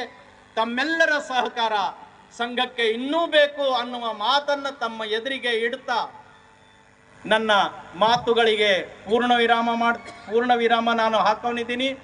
ಪೂಜ್ಯ ಸ್ವಾಮೀಜಿಯವರ ಆಶೀರ್ವಚನವೂ ಆಗೋದಿದೆ. ಖ್ಯಾತ ಗಾಯಕರು ಸುರೇಶ್ ಜೋಶಿ ಅವರ 4 ಮಾತುಗಳು ನಮಗೆ ಕೇಳುವುದಿದೆ. ಹೀಗಾಗಿ ನನ್ನ ಮಾತುಗಳಿಗೆ ಇಲ್ಲೇ ಪೂರ್ಣ ವಿರಾಮ ಹಾಕ್ತೀನಿ. ಎಲ್ಲರಿಗೂ ಈ ಸುಂದರ ಸಂಜೆಯ ಸಮಯ, ನಮ್ಮ ಅನೇಕ ಕೆಲಸಗಳನ್ನು ಬಿಟ್ಟುಕೊಂಡು ಜಾತಿಹೀನನ ಮನೆ ಜ್ಯೋತಿತಾ ಹೀನವೇ, ಜಾತಿ ವಿಜಾತಿಯನ ಬೇಡ ದೇವನೊಲಿದಾತನೇ ಜಾತ ಸರ್ವಜ್ಞ. ಮನುಷ್ಯನಿಗೆ ಜಾತಿ ಸಂಬಂಧ ಇಲ್ಲ, ನೀತಿ ಬಹಳ ಸಂಬಂಧದ ಅಂತಾರ. ಯುಗ ಯುಗಗಳಲ್ಲಿಯೂ ಧರ್ಮ ಕರ್ಮಕ್ಕೆ ಯುದ್ಧ ನಡೆದ ವಿನಃ ಮತ್ತೊಂದಕ್ಕೆ ಅದಕ್ಕೂ ಅಲ್ಲ. ಕೃತಾಯುಗದಲ್ಲಿ ದೇವ ದೈತ್ಯರಿದ್ರು, 33 ಕೋಟಿ ದೇವತೆಗಳು, 66 ಕೋಟಿ ದೈತ್ಯರು ಇದ್ರೂ ಸಹಿತ ಧರ್ಮಕ್ಕೆ ಜಯ ಸಿಕ್ಕದ ವಿನಃ ಕರ್ಮಕ್ಕೆಂದೂ ಜಯ ಸಿಕ್ಕಿಲ್ಲ. ಅದರಂತೆ ತ್ರೇತಾಯುಗದಲ್ಲಿ ರಾಮ ರಾವಣರಾಗಿ ಹೋದರು. ಅದರಲ್ಲಿಯೂ ರಾಮ ಅವತಾರ ಮಾಡಿ ಬಂದಿರತಕ್ಕಂಥ ವಿಷ್ಣು ಪರಮಾತ್ಮ ರಾಮ ಅವತಾರದವ. ಇಮಗಾದರೂ ವಿಜಯ ಸಿಕ್ಕದ. ರಾವಣನನ್ನ ನೀತಿ ಇದ್ದಿದ್ದಿಲ್ಲ, ನೀತಿ ಸಂಬಂಧ ರಾವಣ ಹಾಳಾಗಿ ಹೋಗ್ಯಾರಂಥ ಮಾತು ಇತಿಹಾಸ ಪುಟದಲ್ಲಿ ಪುರಾಣದಲ್ಲಿ ಬರೆದಿಟ್ಟಾರೆ. ಅದರಂತೆ ದ್ವಾಪಾರದಲ್ಲಿ ಕೌರವರು ಪಾಂಡವರಿಗಿದ್ದ ಆಗಿ ಹೋಗ್ಯದ. ಆದ್ರೆ ಕರ್ಮ ಎಲ್ಲಿತ್ತು ಅಲ್ಲಿ ನಾಶ ಆಗ್ಯದ, ಧರ್ಮ ಎಲ್ಲಿತ್ತು ಅಲ್ಲಿ ಜಯ ಗಳಿಸ್ಯದ. ಸಹಿತ ದ್ರೌಪದಿ ಹತ್ತಿರ ಎಂಥ ತಾಕತ್ತಿತ್ತಂದ್ರೆ ಬರೇ ಕಣ್ಣು ತೆಗೆದು ನೋಡಿದ್ರೆ ಎಲ್ಲ ಕೌರವರು ಸುಟ್ಟು ಹೋಗೋರಿದ್ರು. ಆದರೂ ಸಹಿತ ಧರ್ಮನ ಶಕ್ತಿ ಎಂತಾದು, ಅರ್ಜುನನ ಶಕ್ತಿ ಎಂತಾದು, ಭೀಮನ ಶಕ್ತಿ ಎಂತಾದು ತೋರಿಸುವ ಸಲುವಾಗಿ ಜಗತ್ತು ನೋಡಲಿ, ಪುರಾಣ ಪ್ರಸಿದ್ಧ ಆಗಲಿ ಅನ್ನೋಂಥ ಮಾತಿಗಾಗಿ ದ್ರೌಪದಿ ಅದನ್ನು ಮಾಡಲಿಲ್ಲ, ಕಣ್ಣು ತೆಗೆದು ನೋಡಲಿಲ್ಲ. ಅವರು ಸುಟ್ಟು ಹೋಗ್ತಿದ್ರು ಎಲ್ಲರೂ ಅವಾಗೆ. ಆದ್ರೆ ಮುಂದೆ ಯುದ್ಧ ಆಗುತ್ತಿದ್ದಿಲ್ಲ. ಅದಕ್ಕಾಗಿ ಜಗತ್ತಿನಲ್ಲಿ ಧರ್ಮನೇ ಉಳಿಬೇಕಾಗ್ಯದ, ಕರ್ಮೆಲ್ಲ ನಾಶ ಆಗಿ ಹೋಗ್ಬೇಕಾಗ್ಯದ. ಕಲಿಯುಗದಲ್ಲಿ ಮನೆಗೆ ಜಗಳ ಹತ್ಯಾವ. ಇದರ ಸಲುವಾಗಿ ನನಗೆ ಅಧಿಕಾರ ಬೇಕಾಗ್ಯದ, ನಿನಗೆ ಅಧಿಕಾರ ಬೇಕಾಗಿದೆ. ಇದೇ ಈಗ ರಾಮಚಂದ್ರ ಅಡಿಕೆಯವರು ಹೇಳಿದರು, ಎಲ್ಲ ಸಂಘಗಳ ಬೇಡಿಕೆನೇ ಇಟ್ಟಾವ, ಆದ್ರೆ ನಮ್ಮ ಸಂಘ ಮಾತ್ರ ಎದಕ್ಕೂ ಬೇಡಿಕೆ ಇಟ್ಟಿಲ್ಲ ಅಂದ್ರೆ ಅವರು ನೋಡ್ರಿ ಎಂಥ ಸಂಘ ಇರ್ಬೇಕದು. ಎಷ್ಟು ವಿರಳ ಹೇಳಿದರು, ಬಹಳ ಅದ್ಭುತ ಮಾತನ್ನು ಹೇಳಿದರು. ಎಲ್ಲ ರಂಗದೊಳಗಿನ ಮಾತನ್ನು ಹೇಳ್ಯಾರ. ಅದಕ್ಕೆ ಸರ್ವಜ್ಞ ಕವಿ ಏನಂದವ, ಯಾವ ನೀತಿ ಇದ್ದಾನಲ್ಲ ಜಗತ್ತಿನೊಳಗೆ ಧರ್ಮದಿಂದ ಇದ್ದಾನಲ್ಲ ಅವನೇ ಉಳಿಯವಿದ್ದಾನೆ, ಕರ್ಮದ ಹೋಗವನೇ ಇದ್ದಾನೆ. ಆದರೆ ಭಗವಂತನ ಕಣ್ಣಲ್ಲಿ ಮಣ್ಣು ಹೋಗಿದ್ದು ಯಾರಿಗೂ ಆಗುವುದಿಲ್ಲ. ನಿಮ್ಮ ಕಣ್ಣಲ್ಲಿ ಮಣ್ಣು ಹೋಗಿ ಅವ್ರು ಎಲ್ಲರೂ ಇದ್ದಾರೆ, ಏನೇನೋ ಒಂದು ನಾಟಕ ಮಾಡ್ತಾರೆ, ನಿಮಗೆಲ್ಲ ಗೊತ್ತವವು. ನಮ್ಮ ಮುಂದೆ ನಡೆದಾಡು ದೇವರು ಮಾತನಾಡು ದೇವರು ಆಗಿ ಹೋಗ್ಯಾರ ಸಿದ್ದೇಶ್ವರ ಮಹಾಸ್ವಾಮಿಗಳು. ತಮ್ಮ ಪ್ರವಚನದಲ್ಲಿ ಹೇಳ್ತಿದ್ರು, ಮಕ್ಕಳಿಗೆ ವಿದ್ಯಾ ಕಲಿಸುವ ತಾಕತ್ತಿರ್ಲಿಕ್ಕೆ ಬಿಡ್ರಿ, ಆದರೆ ಸಂಸ್ಕಾರವನ್ನು ಕಲಿಸ್ರಿ ಅಂತ ಹೇಳ್ತಿದ್ರು ಅವರು. ಸಂಸ್ಕಾರ ಅಂದ್ರೆ ಏನು? ಗುರುಗಳು, ಮಹಾತ್ಮರು, ಸಂತರು, ಶರಣರು, ತಾಯಿ, ತಂದೆ ಇವರಿಗೆಲ್ಲರಿಗೆ ಯಾವ ರೀತಿಯಾಗಿ ನಾವು ನಮನ ಸಲ್ಲಿಸಬೇಕು, ಯಾವ ರೀತಿ ಅವರಿಗೆ ನಡ್ಕೋಬೇಕನ್ನಂಥದ್ದು ಕಲಿಸೋದೇ ಇದು ಸಂಸ್ಕಾರದ ಅಂತಿದ್ರು ಅವರು. ವಿದ್ಯಾ ಕಲಿಯೋದು ಮಹತ್ವಿಲ್ಲ. ಒಬ್ಬ ಎಲ್ಲೋ ಹೋಗಿ DC ಆಗಿ ಬಂದಾನೆ, IAS ಪಾಸ್ ಆಗಿ, ಅವ ಅಪ್ಪಗಪ್ಪ ಅಲ್ಲಾಗಿ ಒಪ್ಪತ್ತಿನ ಕೂಡಿ ಬೇಡವ್ರದ ಏನು ಮಾಡೋದು ತಗೊಂಡು DC ಆಗಿ. ಅದಕ್ಕೆ ಇಂಥ ಶಿಕ್ಷಣ ಬೇಕಾಗಿಲ್ಲ, ಮೊದಲು ಸಂಸ್ಕಾರ ಕಲಿಸರಂತಿದ್ರು ಅವರು. ಅದಕ್ಕಾಗಿ ಜಗತ್ತಿನೊಳಗೆ ಧರ್ಮ ಉಳಿಬೇಕಾಗ್ಯದ ಅಂತ ಹೇಳಿ ಇಂಥ ರಾಷ್ಟ್ರೀಯ ಸಂಘ ತಲೆ ಎತ್ತಿ ಹೋಗಿ ನಿಂತಿದೆ. ಇದಕ್ಕೆ ಯಾರೂ ಮನಸ್ಸು ತಾಕತ್ತಿಲ್ಲ. ಇವರು ಒಂದು ಕೂದಲು ಅಳಿಗಾಡಿಸೋದು ಯಾರಿಗೆ ಆಗುವುದಿಲ್ಲ. ಬಲಿರಾಮ್ ಕೇಶವ್ ಬಲಿರಾಮ್ ಹೆಡ್ಗೇವಾರ್ ಅವರು ಎಷ್ಟು ವಿಚಾರ ಮಾಡಿ, ಭಾಳ ಚಿಂತನೆ ಮಾಡಿ, ಆಳವಾಗಿ ಚಿಂತನೆ ಮಾಡಿ ಇದನ್ನು ಯಾಕೆ ಸ್ಥಾಪನಾ ಮಾಡಿದರು ಅನ್ನೋದನ್ನು ಹೇಳಿದರು. ನಮ್ಮ ದೇಶದಲ್ಲಿ ಎಂಥ ಮೂರ್ಖತನ ಇತ್ತು. ನಮ್ಮ ಜನಗಳಲ್ಲಿ ಬರೀ ಭಕ್ತಿ, ದೇವರ ಹೆಸರ, ದೇವರ ದೀನರ, ಸ್ವಾಮಿಗಳು, ಗುರುಗಳು ಅನ್ನೋ ವಿಚಾರದಿಂದಲೇ ತಮ್ಮ ಗುಣಗಳನ್ನು ಸುಧಾರಿಸಿಕೊಳ್ಳಲಿಕ್ಕಾಗಿಲ್ಲ, ಆಚಾರ ವಿಚಾರವನ್ನು ಬಳಸಿಕೊಳ್ಳಲಿಕ್ಕಾಗಿಲ್ಲ. ಇದಕ್ಕಾಗಿ ಹೊಟ್ಟೆ ಕಿಚ್ಚು ಮತ್ತು ಅನೇಕ ಥರದ ದುರ್ಗುಣಗಳಿಂದ ಕೂಡಿದಂಥ ನಮ್ಮ ಭಾರತೀಯರಿಗೆ 600 ವರ್ಷ ಮೊಘಲರ ಆಳಿಕೆ, ದಬ್ಬಾಳಿಕೆ, ಮೊಘಲರ ದಬ್ಬಾಳಿಕೆ, ಅದೇ ಪ್ರಕಾರವಾಗಿ 300 ವರ್ಷ ಬ್ರಿಟಿಷರ ದಬ್ಬಾಳಿಕೆ, ಕೂಟುಗಾರಿನ ಒಡೆತ. ನಮ್ಮ ಹಿಂದೂಗಳಿಗೆ ಬುದ್ಧಿ ಬರಲಿಲ್ಲ, ನಮ್ಮ ಜನಗಳಿಗೆ, ಭಾರತೀಯರಿಗೆ ಬುದ್ಧಿ ಬರಲಿಲ್ಲ. ಅದಕ್ಕಾಗಿ ಅವರನ್ನು ತಿದ್ದುವುದಕ್ಕಾಗಿ ಮುಂದೆ ನಮ್ಮ ದೇಶ ಸ್ವಾತಂತ್ರ್ಯ ಆಗುವಂಥ 22 ವರ್ಷ ಪೂರ್ವದಲ್ಲಿ 1925ರಲ್ಲಿ ನಮ್ಮ ಹೆಡ್ಗೇವಾರವರು ಭಾಳ ವಿಚಾರ ಮಾಡಿ ಇದನ್ನು ಎಲ್ಲಿ ನಾಗಪುರ, ಮಹಾರಾಷ್ಟ್ರದ ನಾಗಪುರ ಶಹರದಲ್ಲಿ ಪ್ರಾರಂಭ ಮಾಡಿದರು, ಸ್ಥಾಪನಾಗೊಳಿಸಿದರು. ನಿಜವಾಗಿಯೂ ಅದರ ಮಹತ್ವ ಏನು, ಎದಕ್ಕೆ ಬೇಕ ಅಂದರೆ ನಿಜವಾಗಿಯೂ ಇವತ್ತು ನಮ್ಮ ಜನ ನಮ್ಮ ಸ್ವಾತಂತ್ರ್ಯವನ್ನು ಅನುಭವಿಸಲಿಕ್ಕೆ ಅವರು ಸಮರ್ಥರಿಲ್ಲ. ಭಾಳ ಕ್ಷುಲ್ಲಕ ಮನುಷ್ಯರು, ಕ್ಷುಲ್ಲಕ ಗುಣದವರು ಅದರ ಅಂತ ತಿಳಿದುಕೊಂಡಿರ್ತಕ್ಕಂಥ ಹೆಡ್ಗೇವಾರ್ ಅವರು ಅವರಿಗೆ ತಿದ್ದುವುದಕ್ಕಾಗಿ, ಜನತೆಯನ್ನು ತಿದ್ದುವುದಕ್ಕೆ ಯಾರನ್ನು ತಿದ್ದಬೇಕು? ಜನ ಮುದುಕರಾದವರು ಮತ್ತು ಬಾಲಕರಿಗೆ ಸಾಧ್ಯ ಇಲ್ಲ, ಆದರೆ ಏನು ಯುವಕರಾದವರಿಗೆ, youngsters are the backbone of the nation ಅನ್ನುವ ಹಾಗೆ ಯುವಕರೇ ದೇಶದ ಬಾಹುಗಳು ಅನ್ನೋ ತಿಳ್ಕೊಂಡಂತೆ ಅದಕ್ಕೆ ಯುವಕರಿಗಿನ ಕರೆದು ಯುವಕರಿಗೆ, ವಿದ್ಯಾರ್ಥಿಗಳಿಗೆ ಇಲ್ಲಿ ಒಂದು ಸ್ವಯಂ ಸೇವಕ ಸಂಘವನ್ನು, ರಾಷ್ಟ್ರೀಯ ಸ್ವಯಂ ಸೇವಕ ಸಂಘವನ್ನು ಸ್ಥಾಪನಾ ಮಾಡಿ ಒಳ್ಳೆಯ ಶಿಸ್ತು ಕಲಿಸಿದರು, ದೇಶಾಭಿಮಾನವನ್ನು ಕಲಿಸಿದರು ಮತ್ತು ಅದ್ಭುತವಾದ ರಾಷ್ಟ್ರದ ಬಗ್ಗೆ ಕಲ್ಪನೆಯನ್ನು ಕೊಟ್ಟರು. ಮತ್ತು ತಾನು ಯಾರು, ನನ್ನ ಕರ್ತವ್ಯ, ನಾನು ಹುಟ್ಟಿ ಬಂದ ಉದ್ದೇಶ ಏನು, ನಾನು ದೇಶಕ್ಕೆ ಏನನ್ನು ಕೊಡಬಲ್ಲೆ ಅನ್ನುವಂಥ, ನನ್ನಿಂದ ದೇಶಕ್ಕೆ ಏನು ಮುಟ್ತು ನೋಡಿಬಿಟ್ಟು ನನಗೇನು ಸಿಗುತ್ತದೆ ಈ ಸಂಸ್ಥೆಯಿಂದ ಅಂತ ವಿಚಾರ ಎಂದು ಮಾಡಬಾರ್ದು ಅನ್ನುವಾಗ ಅನೇಕ ಒಳ್ಳೆಯ ಗುಣಗಳನ್ನು ಇಟ್ಟುಕೊಂಡು ಭಾಳ ಸುಂದರವಾಗಿ ಅವರು ಒಂದು ದೊಡ್ಡ ಮಹತ್ವದ ಕಾರ್ಯವನ್ನು ಮಾಡಿದರು. ನಮ್ಮ ಇವತ್ತು ಮಾನ್ಯ ರಾಮಚಂದ್ರ ಯಡ್ಕೆ ಅವರು ಇವತ್ತು ಸಮಯ ಆದರೂ ಕೂಡ ಭಾಳ ಮನಸ್ಸಿನ ಮೇಲೆ ತೆಗೆದುಕೊಂಡು ಇವತ್ತು ನಿಜವಾಗಿ ಬೇಕಾಗಿತ್ತು. ಸಮಾಜದೊಳಗೆ ನಮ್ಮ ಭಾಳ ಜನ ಏನೋ ಒಂದು RS ಬಗ್ಗೆ ಏನೂ ತಿಳ್ಕೊಂಡಿದ್ದಿಲ್ಲ, ಸರಿಯಾಗಿ ಅರ್ಥ ಮಾಡಿಕೊಂಡಿದ್ದಿಲ್ಲ. ಅದನ್ನು ಚೆನ್ನಾಗಿ ಬಿಳಿಯಾಗಿ ತೊಳೆಯಾಗಿ ಚೆನ್ನಾಗಿ ಒಳಗಿನ ಎದುರು ಬಿಡಿಸಿ ತೋರಿಸಿದ್ದಾರೆ. ಕರ್ಮಣ್ಣೆ ವಾದಿಕಾರಸ್ತೆ ಮಾಫಲೇಶು ಕದಾಚನ.